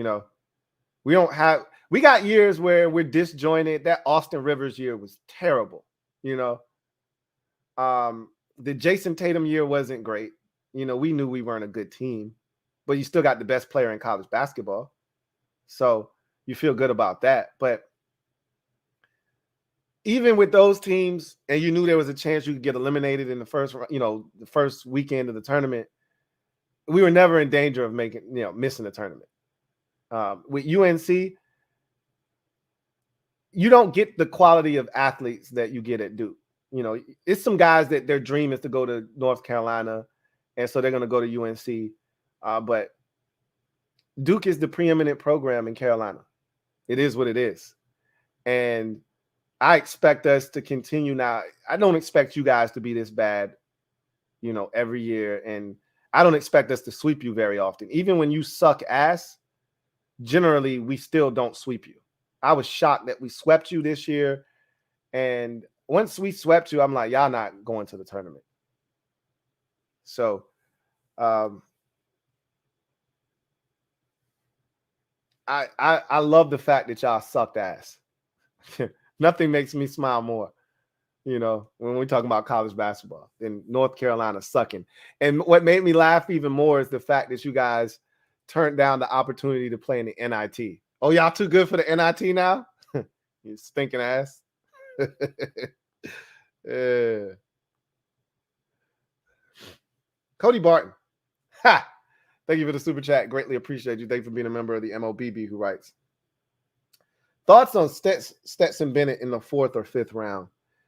I think Stetson's more of a 5th round pick. He's a day 3 pick. So 4th, 5th round, I don't know if it really matters. I'd be interested in Stetson Bennett in the 4th or 5th round. I wouldn't have a problem with it, but he's exactly what I'd be looking for in a backup quarterback. Again, he's a Taylor Heineke type. Not the biggest arm, not the biggest guy. Was probably told a bunch of times, you're not big enough, you're not fast enough, you're not this, you're not that. He's a really good athlete. He ran at the combine, ran really well. He threw it at the combine really, really well. He's a winner. There's a lot to like with Stetson Bennett. A lot to like. I think he's going to be a solid NFL quarterback, even if it's only at a backup capacity. There's something to Stetson Bennett, man. There's a quality there that you can't teach. That man went to Georgia. He left Georgia, went to a JUCO, came back to Georgia. They said, bro, you 17th string. You ain't 4th or 5th. You 17th string. And he was like, F it, I'm staying here. And he worked his way up. I mean, lunch pail, hard hat, scratch, clawed his way up to number 1. Had some gratuitous bounces, some injuries, guys transferred, things of that nature, went to the NFL, XYZ. But, Fields transferring in Ohio State, check, that helps, right? JT Daniels being banged up and stinking, check, that helps, But he stuck it out. And he's like, I'm not going nowhere. And boy, look what it netted him. I like him. I like him a lot.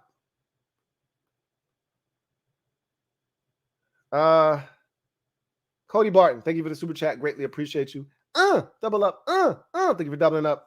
Who writes, I wait 2 weeks to change name back to Starface. Okay. I got no problems with that. At least I know who you are. Because for a minute there, I thought you were Luck. But in Luck's defense, If he changes his name, usually you're going to get a picture in the thumbnail of that person. But good to know that that's Starface.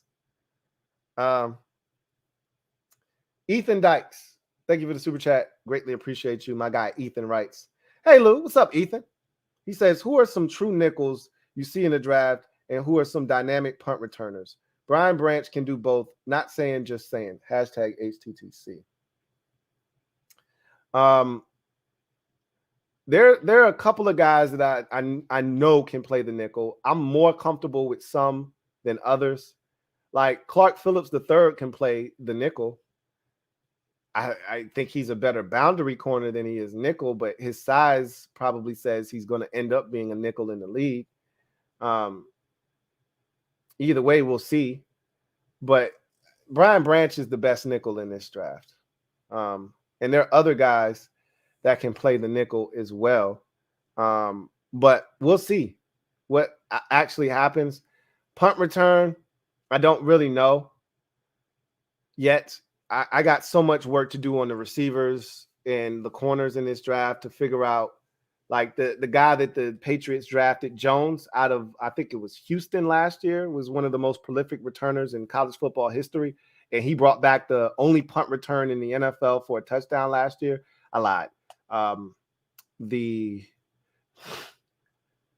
had a punt return late in the season for it? I think it went for a touchdown. It was a short punt though. It was super short, but he had the big punt return against the Jets in a game where there were no touchdowns scored, and then he had the punt return and won them the game as time expired. I want to say like Seattle or somebody had a punt return for a touchdown late in the season, but it was a short one, like 37 yards, whatever. I don't know what's out there at punt returner. We got to do something though. And generally speaking, you're going to get a punt returner from one or two positions, corner or wide receiver. You could get a running back, but it's rare. Normally your punt returners are either going to be wide receivers or they're going to be corners. And we really don't need a receiver, but I'm not shying away from adding one because, again, I think you can upgrade over Dax Milne, but they drafted Dax Milne, and I don't think they're going to give up on him. So the only hope is that they get a corner in here because right now we're on the track of going into the season with the same punt return situation that we had last year. Like, that's the track that we're on, but we still got the draft. So I'm not going to make that statement right now, but I'm just telling you, with the moves made at corner already, right? And knowing that there's a chance that you could draft someone at 16 at corner, he's not returning punts. Jahan Dotson exists on this roster. They're not putting Jahan out there at punt returner, right? There's nobody else after Jahan. You know, I mean, Curtis theoretically could do it, but he's not going to do it either, right? So there's really no receivers that you can put back there. We don't have any, like Diami's not a punt returner.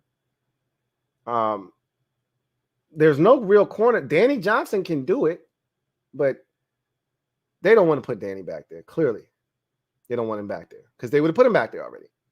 So if they don't make a concerted effort, like go out of their way in the 6th round to draft a receiver with punt return ability, we could be looking at Dax Milne doing this again next year. I mean, that shit is insane to me, but I don't know. We'll see. Cody Barton, thank you for the super chat. Greatly appreciate you.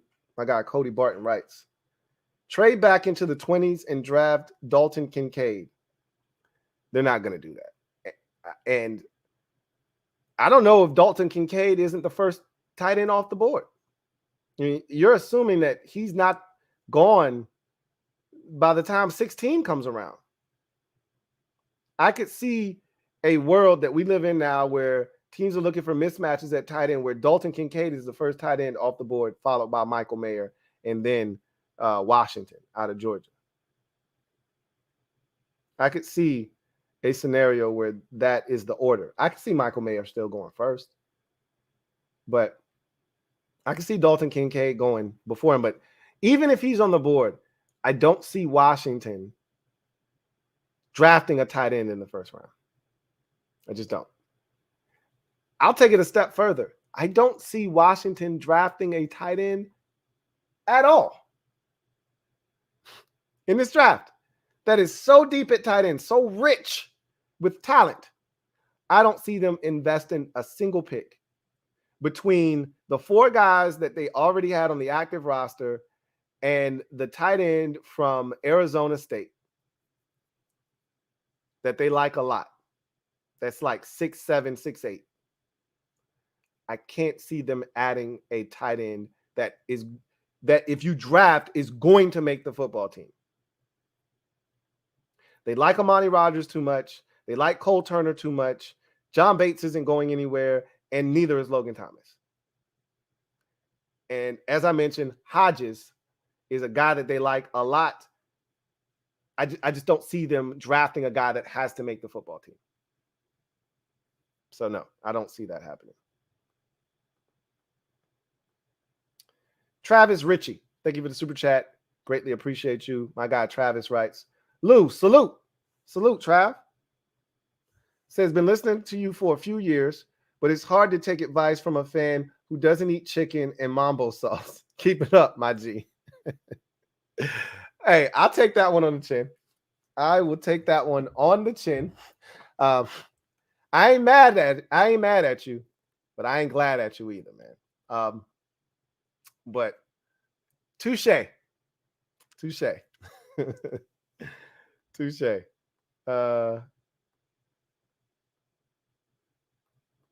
Let's see. Take command for life. Thank you for the super chat. Greatly appreciate you. Take command for life. Right. And thank you for being a member of the MOBB. Writes, man, I want this sale to happen. I want to celebrate. It's coming. You just got to be patient. Look, you waited this long. It's not going to kill you to wait another day, another week, another month. Okay? It's coming. Let's hang in there. Jay Black, thank you for the super chat. Greatly appreciate you.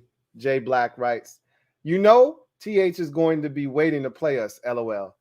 Do we play the Falcons this year? Where did the Falcons didn't finish in last place in their division, did they? That distinction would go to who? Let's see. The Falcons had to finish at least in third. I'm trying to think about Tampa Bay just missed out on the playoffs. No, Tampa Bay won the division, and lost to Dallas. So they won the division. I think Carolina probably came in second, Atlanta third, and the Saints fourth. Again, I don't have to guess. Let's just look it up. You know what? Instead of looking that up, let's just look up Washington Commanders 2023 opponent. We know the opponents. We just don't know when we'll be playing them. But we know the opponents. So let's just let's see who we playing. So yeah, we're playing the Falcons on the road in 2023. Home games, Dallas Giants, Eagles, Cardinals, Niners, Bills, Dolphins, Bears. Away games, Cowboys, Rams, Patriots, Giants, Jets, Eagles, Seahawks, Falcons, and Broncos. So the question then becomes, when is the game, right? Because if the game is week 3, like it was,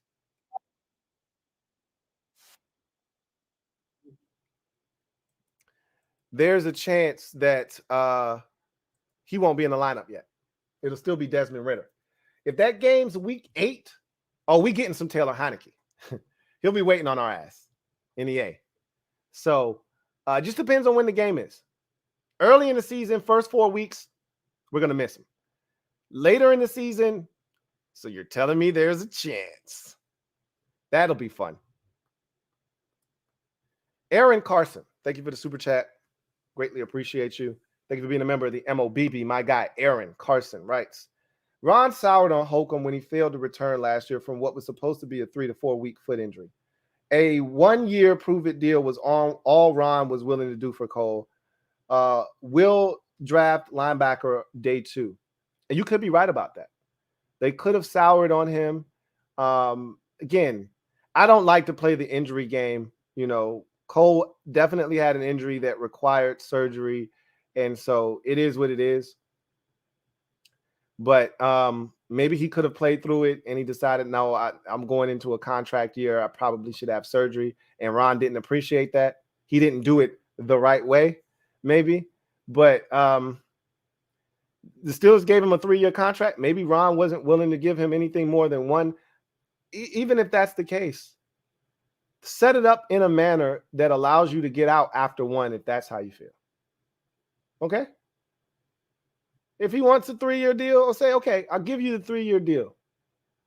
But you're going to have to earn the 2nd year and the 3rd year. And so, and Cole can decide to sign it or not sign it. I don't know what was offered. We'll never know. I don't care anymore. He's not here. I think it's a mistake. We'll find out if it is or isn't. Again, I've said this already, and I'll continue to say it until we get to the draft. I believe, just like you, they're going to address this in the draft. Until they don't, and I look like a fool, and then I feel like this move is even worse. And again, Barton could be really good, and I could be wrong about him, and I could have egg all over my face, and I don't mind. I don't care. I'm just giving you my opinion on how I feel, but he could ultimately be really good. But the likelihood is, if they draft a linebacker, and it's not within the first 3 rounds, you said day 2, so that would give us a fighting chance to draft someone that could beat out Cody Barton for the starting job. But if they don't draft a guy in the first 3 rounds, the likelihood is he's not beating Cody Barton out for a starting job. And even if you draft a guy in the 3rd round, which is still a day 2 pick, because our compensatory pick is after the full 3rd round is already commenced, and then you're making a selection, you still might not be getting a guy that can beat out Cody Barton.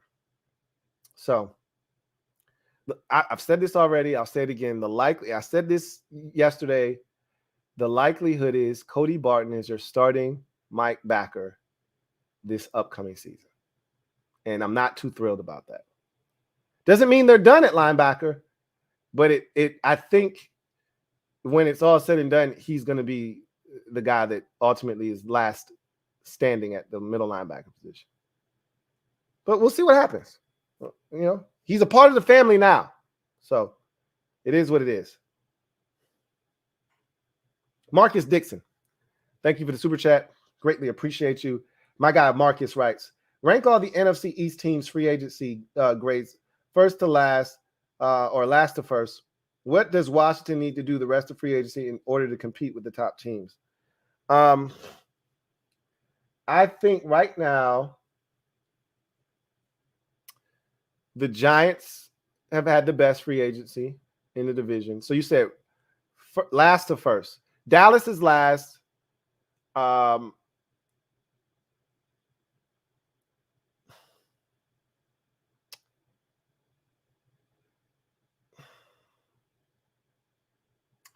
Philadelphia, Washington is 3rd, Philadelphia is 2nd, and the Giants are 1st. I think Philadelphia, all they've really done to this point is re-sign their own guys, and they did sign running back Rashad Penny. Swapped out Miles Sanders for Penny, which I don't even know if that's a good move or not. But they re-signed a lot of their guys, Boston Scott. The reason I put the Eagles free agency ahead of ours is because you knew they were going to lose a lot of guys. But to retain all of the guys that they have, and I think this is the biggest one, to get center Jason Kelce to come back for another year is huge.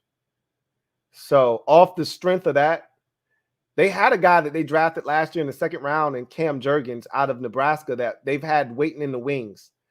You know, and they were ready to insert him into the starting lineup if need be. And Kelsey was like, nah, I'm good. I can go one more year. That's huge because he's still playing at a damn good level, like a high level. He's a first ballot Hall of Famer, and he's still playing like one. To get him back is huge on that offensive line. So I'd say the Eagles retaining all the players that they did, you know, Slay and Bradbury and, you know, all of the guys, Boston Scott and, you know, Kelsey and Graham and Cox and all the guys that they've brought back. They lost a ton, but they also brought a bunch of guys back. And the Giants, just off the strength of two moves in particular, Bobby Okereke and trading for tight end Darren Waller, they've had the best offseason. Like the Cowboys didn't really do anything. You know, they re-signed all of their own guys to this point. They still haven't addressed the receiver yet. I don't know what they were waiting on. I guess they didn't have any money. I don't know. Wanted to take care of their own, I'm assuming. A big need for them was the corner opposite of Trayvon Diggs, and they did address that, but they addressed it with a 33-year-old. So good for them, I guess. But I'm not too impressed with what they've done. And they still don't have any other receivers other than CeeDee Lamb. So, and they can address that in the draft, obviously. And they moved on from Zeke Elliott. So they got to do something about that. Tony Pollard's coming off of an injury. I don't think the Cowboys have gotten that much better, contrary to popular belief. They're solid, but they've had the worst free, and no team in this division has actually had a bad free agency. I just don't think that they've done a whole hell of a lot. So,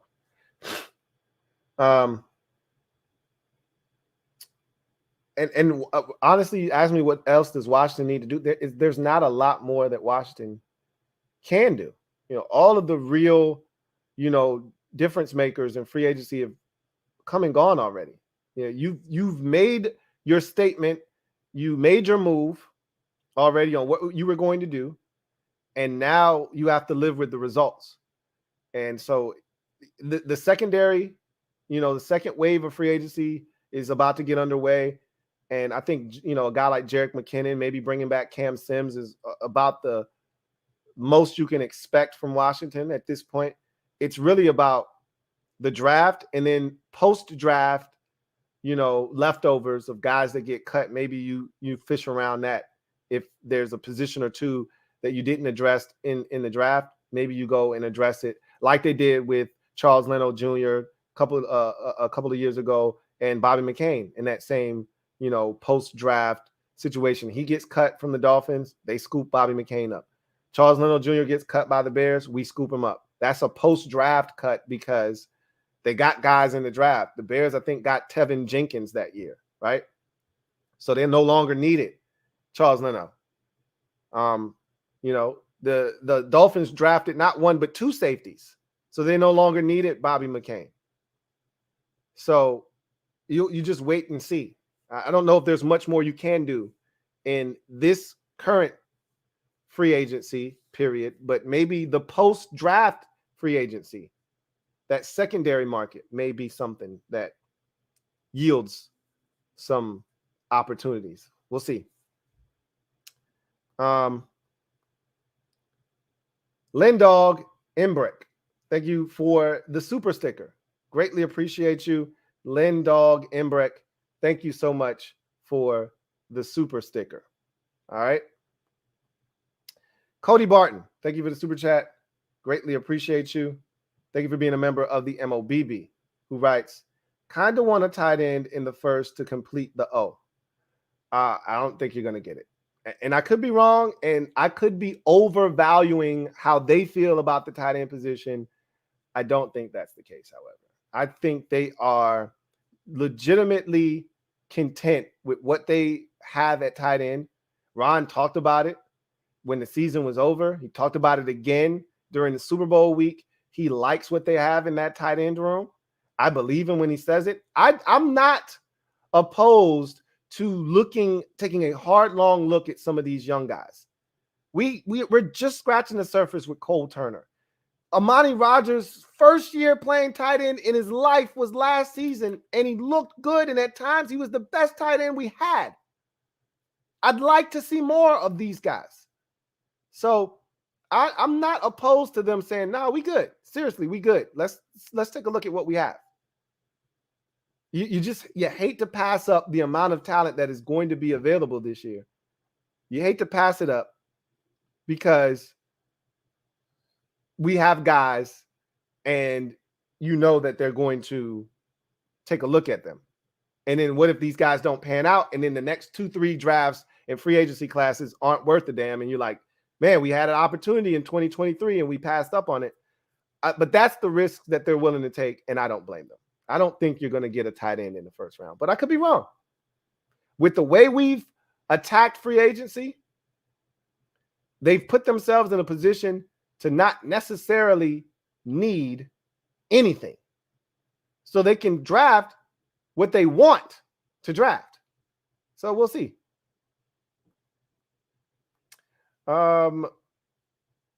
Commies Nation 101. Thank you for the super chat. Greatly appreciate you. Who writes, I don't think this team is going to do anything at linebacker. Maybe like a linebacker in the 4th or 5th round and sign another vet for depth with Barton and Davis frustrating. I think they're going to get one more backer. I think Barton's your starter, along with Davis, as you mentioned. I like that Khaleke Hudson is here for depth purposes behind Davis this year, where he wasn't here last year, really. And I like the fact that there is an option for them to go out and get another backer and have that guy potentially back up Barton or maybe take his spot. But I just like that option exists. You know, even if Barton was Cole Holcomb, I still would have wanted them to go out and get another linebacker. You know, I just would have been more confident in the guy that we had starting. I'm probably more so uncomfortable because as a human being, I'm much more comfortable with things that I know. I know Cole Holcomb. I know what he brings to the table. I know what to expect. I don't know Cody Barton. I can only go off of what people tell me. I can only go back and watch him play for Seattle, which I've done briefly. I can't tell you that he's going to come in here and play well. I can't tell you he's going to come in here and play poorly. I don't know. It's the unknown, and the unknown can be scary. So, again, we'll see what happens. At this point, I'm willing to give him the benefit of the doubt. He had a solid year. It's not like he's coming off of being, you know, a core special teamer all 4 years in Seattle, and he's never really played. He played last year, and he played well, you know, for a guy that's never really gotten a chance to start. But as the guy said that covers Seattle, unspectacular, all right?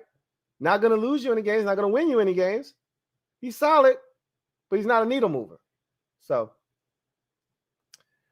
there's that. We'll see if we take a linebacker. I think we'll take a linebacker at some point. But they already signed a linebacker for veteran depth. So don't look for that. The veteran depth is David Mayo.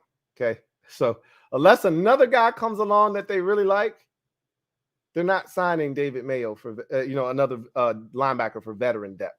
So I don't think that's going to happen. DJ23, thank you for the super chat. Greatly appreciate you. Thank you for being a member of the MOBB, who writes, I wouldn't mind trading back to get an extra 2 or 3. That's on the table. You know, if I honestly believe if a corner is available at 16, you take them. All right.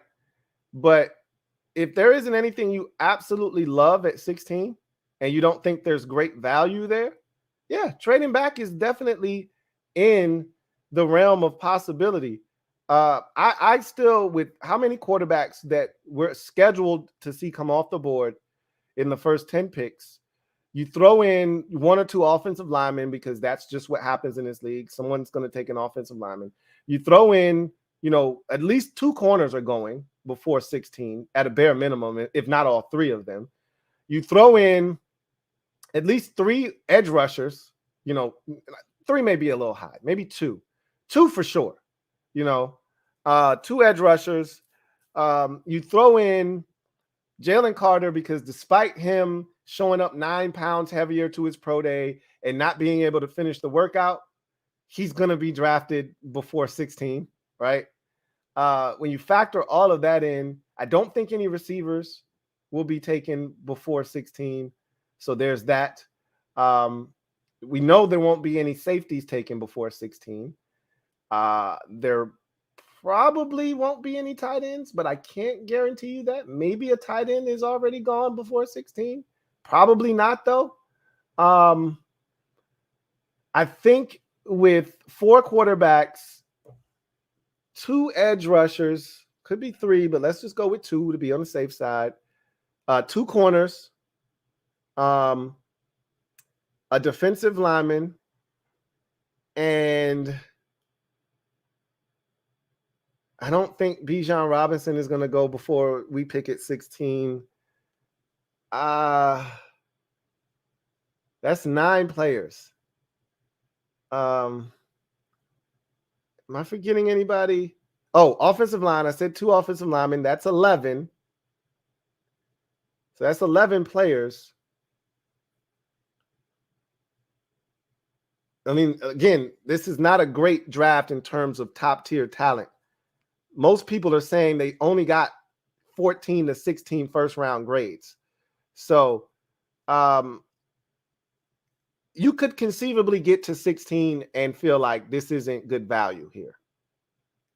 And trading back is the best thing. But remember, and I have to tell you guys this every year because a lot of times you guys think that trades are made between, one team decides they want to trade back and there doesn't take another team to make it happen. Takes 2 to tango. If you want to trade back, another team actually has to want to come up to your pick to make a selection. So I don't know. We'll see.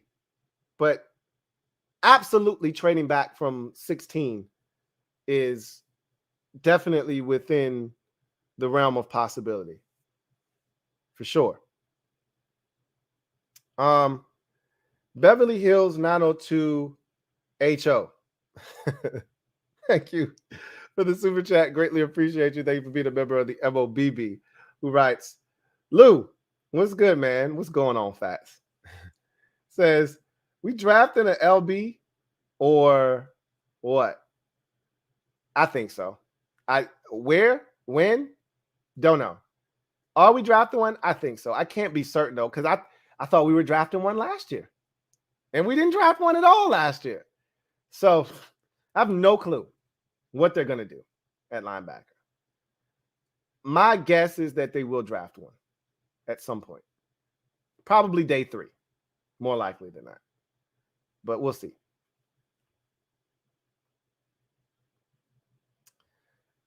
Beverly Hills 9021 HO. Thank you for the super chat. Greatly appreciate you. Double up. Thank you for doubling up. Who writes, you watched the XFL this last weekend at all, by the way? No, I didn't. I'm sorry, man. You even sent me the live stream. Somebody was, streaming it. No, I didn't watch it. I told you it's going to take a unique set of circumstances. And I can assure you I won't watch this week because all I'll be watching is college basketball. All I'll be watching is March Madness. So I can assure you I won't watch any this weekend either. You won't have a shot at me watching the XFL until probably 2 weeks from now. March Madness would have calmed down, and we'll be at the Elite 8. Well, we'll be at the Final 4 then, so it won't be as much fanfare in 2 weeks. And then, free agency will be long gone in the rearview mirror, and we'll only be talking about pro days and the draft. So we'll be getting close to the NBA playoffs, but not quite there yet. There won't be MLB yet.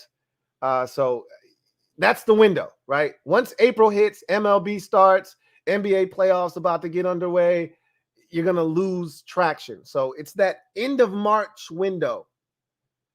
That's going to be the opportunity to strike. I think, if I'm not mistaken, though, something in the water is late March or is it late April? I'm not sure. I think it's late March which I'm going to it. So that window may be taken up as well. It's not looking good. Beverly Hills 902 HO. Thank you for the super chat. Greatly appreciate you. Who writes, Chris Baker going after that COVID shot on Twitter. First of all, shout out to Chris Baker, who is doing so much better now. I saw him on Twitter chatting it up. I don't know what he was talking about. I just knew he said, I'm back. I'm feeling better. Thanks to everyone for all the thoughts, prayers, and well wishes. For those of you who don't know, he had a stroke like a month ago. It was scary. And good to see him back up and at him. And I pray for his not only health, but I hope that serves as him trying to get even healthier. Don't know what brought about the stroke, but when you were a former defensive tackle in the NFL and you were 300 plus pounds, I love when I see ex-offensive linemen. It's usually offensive linemen. It's not usually defensive linemen, but I love when I see ex-linemen get fit, slim, and trim. Like they get out of the league and immediately cut 70 pounds off. And you're like, damn, you look like a whole different person. And it's like, yo, I had to get that weight up off me, man. That shit wasn't healthy. I ain't in the league no more. So it's usually offensive linemen who do that. I'd like to see him get healthy, but I'm glad he's okay. I don't know what he's talking about on Twitter. I don't follow him, but I did see his comment that he was like, hey, I'm back on Twitter. And I thank everyone for your prayers and all of that good stuff. Beverly Hills 902 HO. Thank you for the super chat. Greatly appreciate you. Who writes, how are you feeling about firing Matsko? EB called that. I don't really feel any type of way about it. They said it was a philosophical difference. That's the way they termed it. His principles and the way he wants to run the football don't align with the way that Eric Bieniemy feels like we should be running the football. And to be honest with you, our run schemes, to me, don't fit the personnel that we have anyway. And so I don't have a problem with them going in a different direction, personally. So we'll see. If again, I talked about this is a different offseason for Ron. You know, he went status quo his first 3 years. This offseason, he's taking a different approach. You may not feel that way because of what we did in free agency, but if you look at the staff and you look at the changes being made, it's different for him. It's different for him. Beverly Hills 902 HO. 9021 HO. Thank you for the super chat. Greatly appreciate you. Writes, seems like the talent pool in the draft continues to get worse every year. Am I wrong? Seems like there's more athleticism but worse mechanics now. The talent pool isn't getting worse every year. Last year was one of the best years from a talent perspective, from 1 to 252, because of COVID and all the guys that went back to school, took advantage of the extra year. There's usually, 275 draftable prospects in the draft, and there's 252 that are drafted. Let's call it 300 draftable guys. Last year, I think it was close to 375. I think I heard, was the number repeated by a number of GMs of draftable players last year, because of how many guys went back to school for COVID reasons. And so there was this influx of guys coming into the league and undrafted guys that made rosters, i.e.,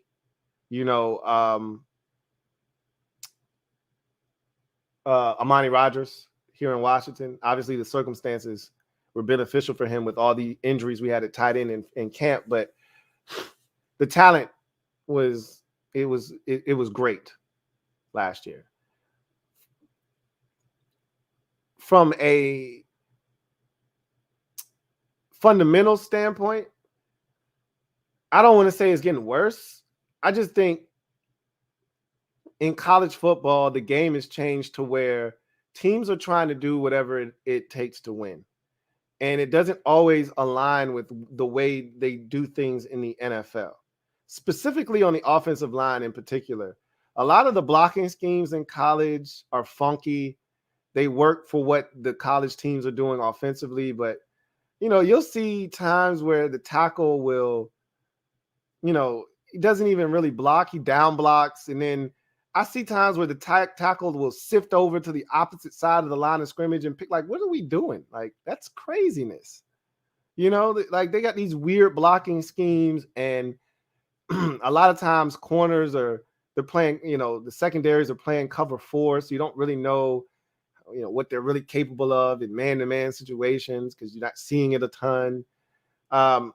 It's not that they don't have fundamentals. It's just different. And you're a product of how you're coached. So I don't know if it's less talent as much as it is. It's just a different game in college football. But you're starting to see a lot of the college principles bleed into the NFL. Teams and coaches are becoming a lot more open-minded to doing things that allow the transition for some of these players to be a lot easier from college to the pro game. Beverly Hills 9021HO. Thank you for the super chat. Greatly appreciate you, who writes, I don't get the college basketball hype over XFL. I'm a college basketball guy in March through and through. Always have been, always will be. There's something about March Madness that just speaks to me. It always has, man. I love it, and I can't get enough of it. Like, I probably was tripping for even doing the show tonight. I probably should have did this show live last night. I'm glad I didn't, because there was so much that I wanted to talk about that if I had done it yesterday, I wouldn't have been able to talk about it today. But, I'm glad Duke played at 7-10 tonight. I got to watch the entire game and not feel bad about having to turn it off. But I missed a bunch of games. I don't think I missed any buzzer beaters or anything. Speaking of which, I'm actually about to check right now just to make sure none of these games were really close. I don't feel like we're going to get too many close games. We got all the close games. Maryland was in a dogfight against West Virginia earlier. Virginia got eliminated by Furman. That was a hell of a finish. Princeton beat Arizona.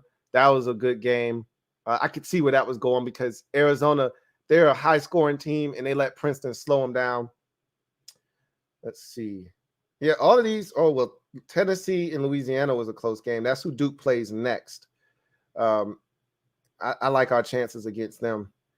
Everything else looks like an ass whooping. So didn't miss anything. I think we're going to see some really good games tomorrow. Can't wait to sit in front of my couch like a bum and watch college basketball all day long till my eyes hurt. I just love it. That's my preference. Take command for life. Thank you for the super chat. Greatly appreciate you. Double up. Thank you for doubling up.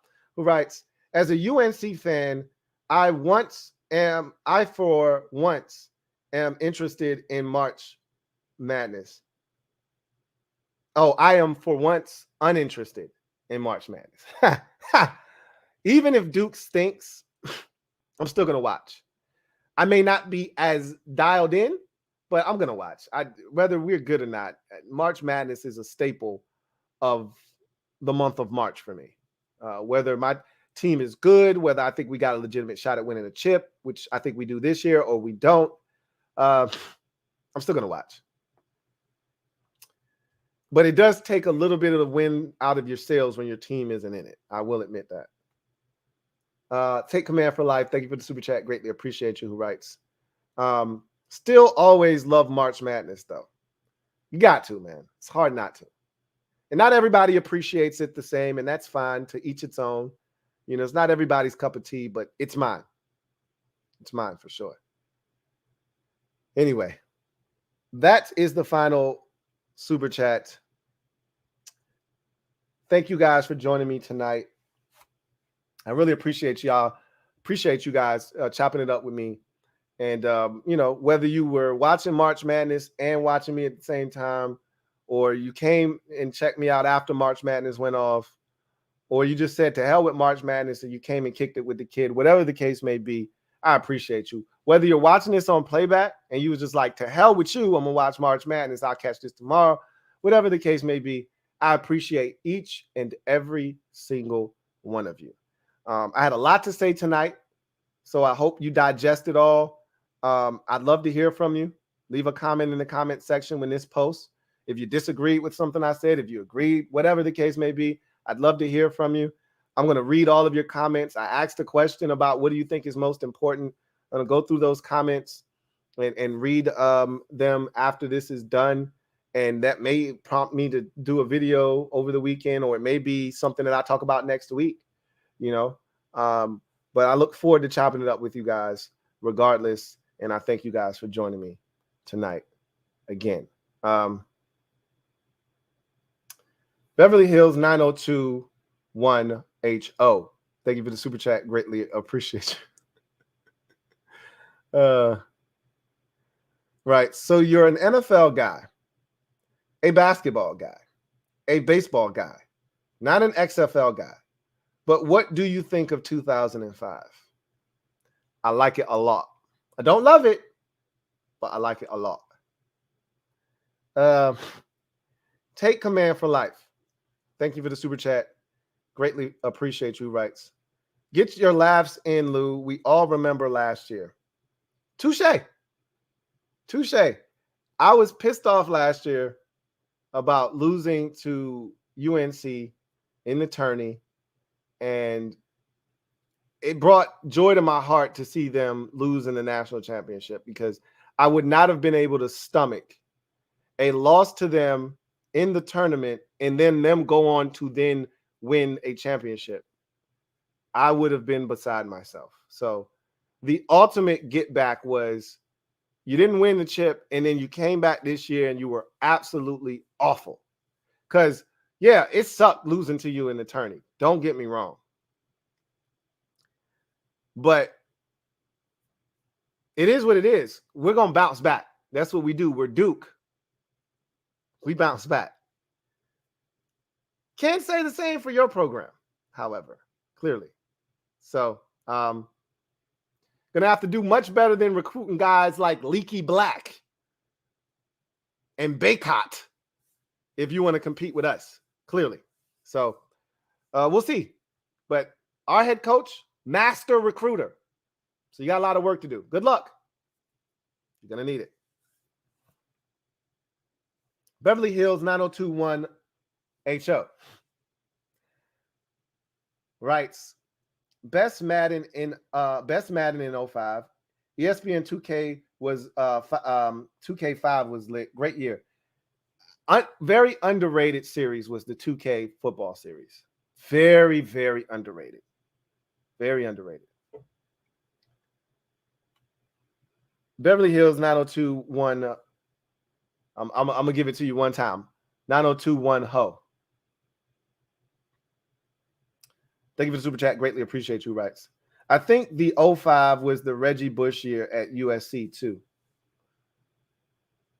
I think you're right. I mean, Reggie Bush was at USC multiple years. I think, though, he was the number 2 pick in that 06 draft. He's either the 05 draft or the 06, and speculate. I can look it up. I think he was the 06 draft, if I'm not mistaken. That was the Khalil Mack, not Khalil Mack, the Mario Williams going number 1 overall draft in 06. I'm pretty sure of that. And Bush went second. 2006 NFL draft.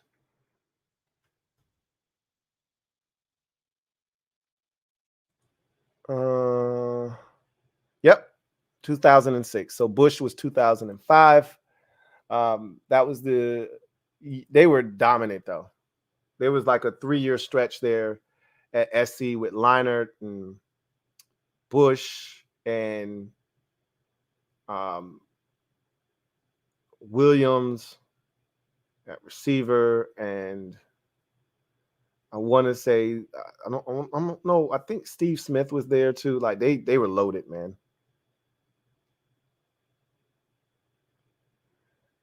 Take command for life. Thank you for the super chat. Greatly appreciate you. Who writes? We'll be back, Lou. Oh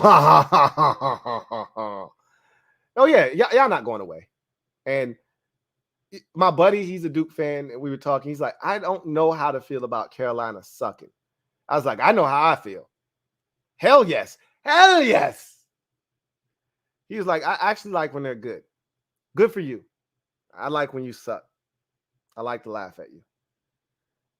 Take command for life. Thank you for the super chat. Greatly appreciate you. Who writes? One last chat. How about them Braves? I'm excited. As am I. I'm excited for the upcoming season. As long as everybody stays healthy. I saw that the Mets lost Diaz, their all-star, all-world closer in the World Baseball Classic, celebrating. He might be out for the entire season.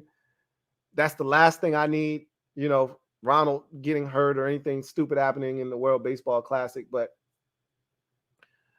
I'm excited about the talent. I'm excited about the pitching staff. I'm excited about the season. We'll see what happens.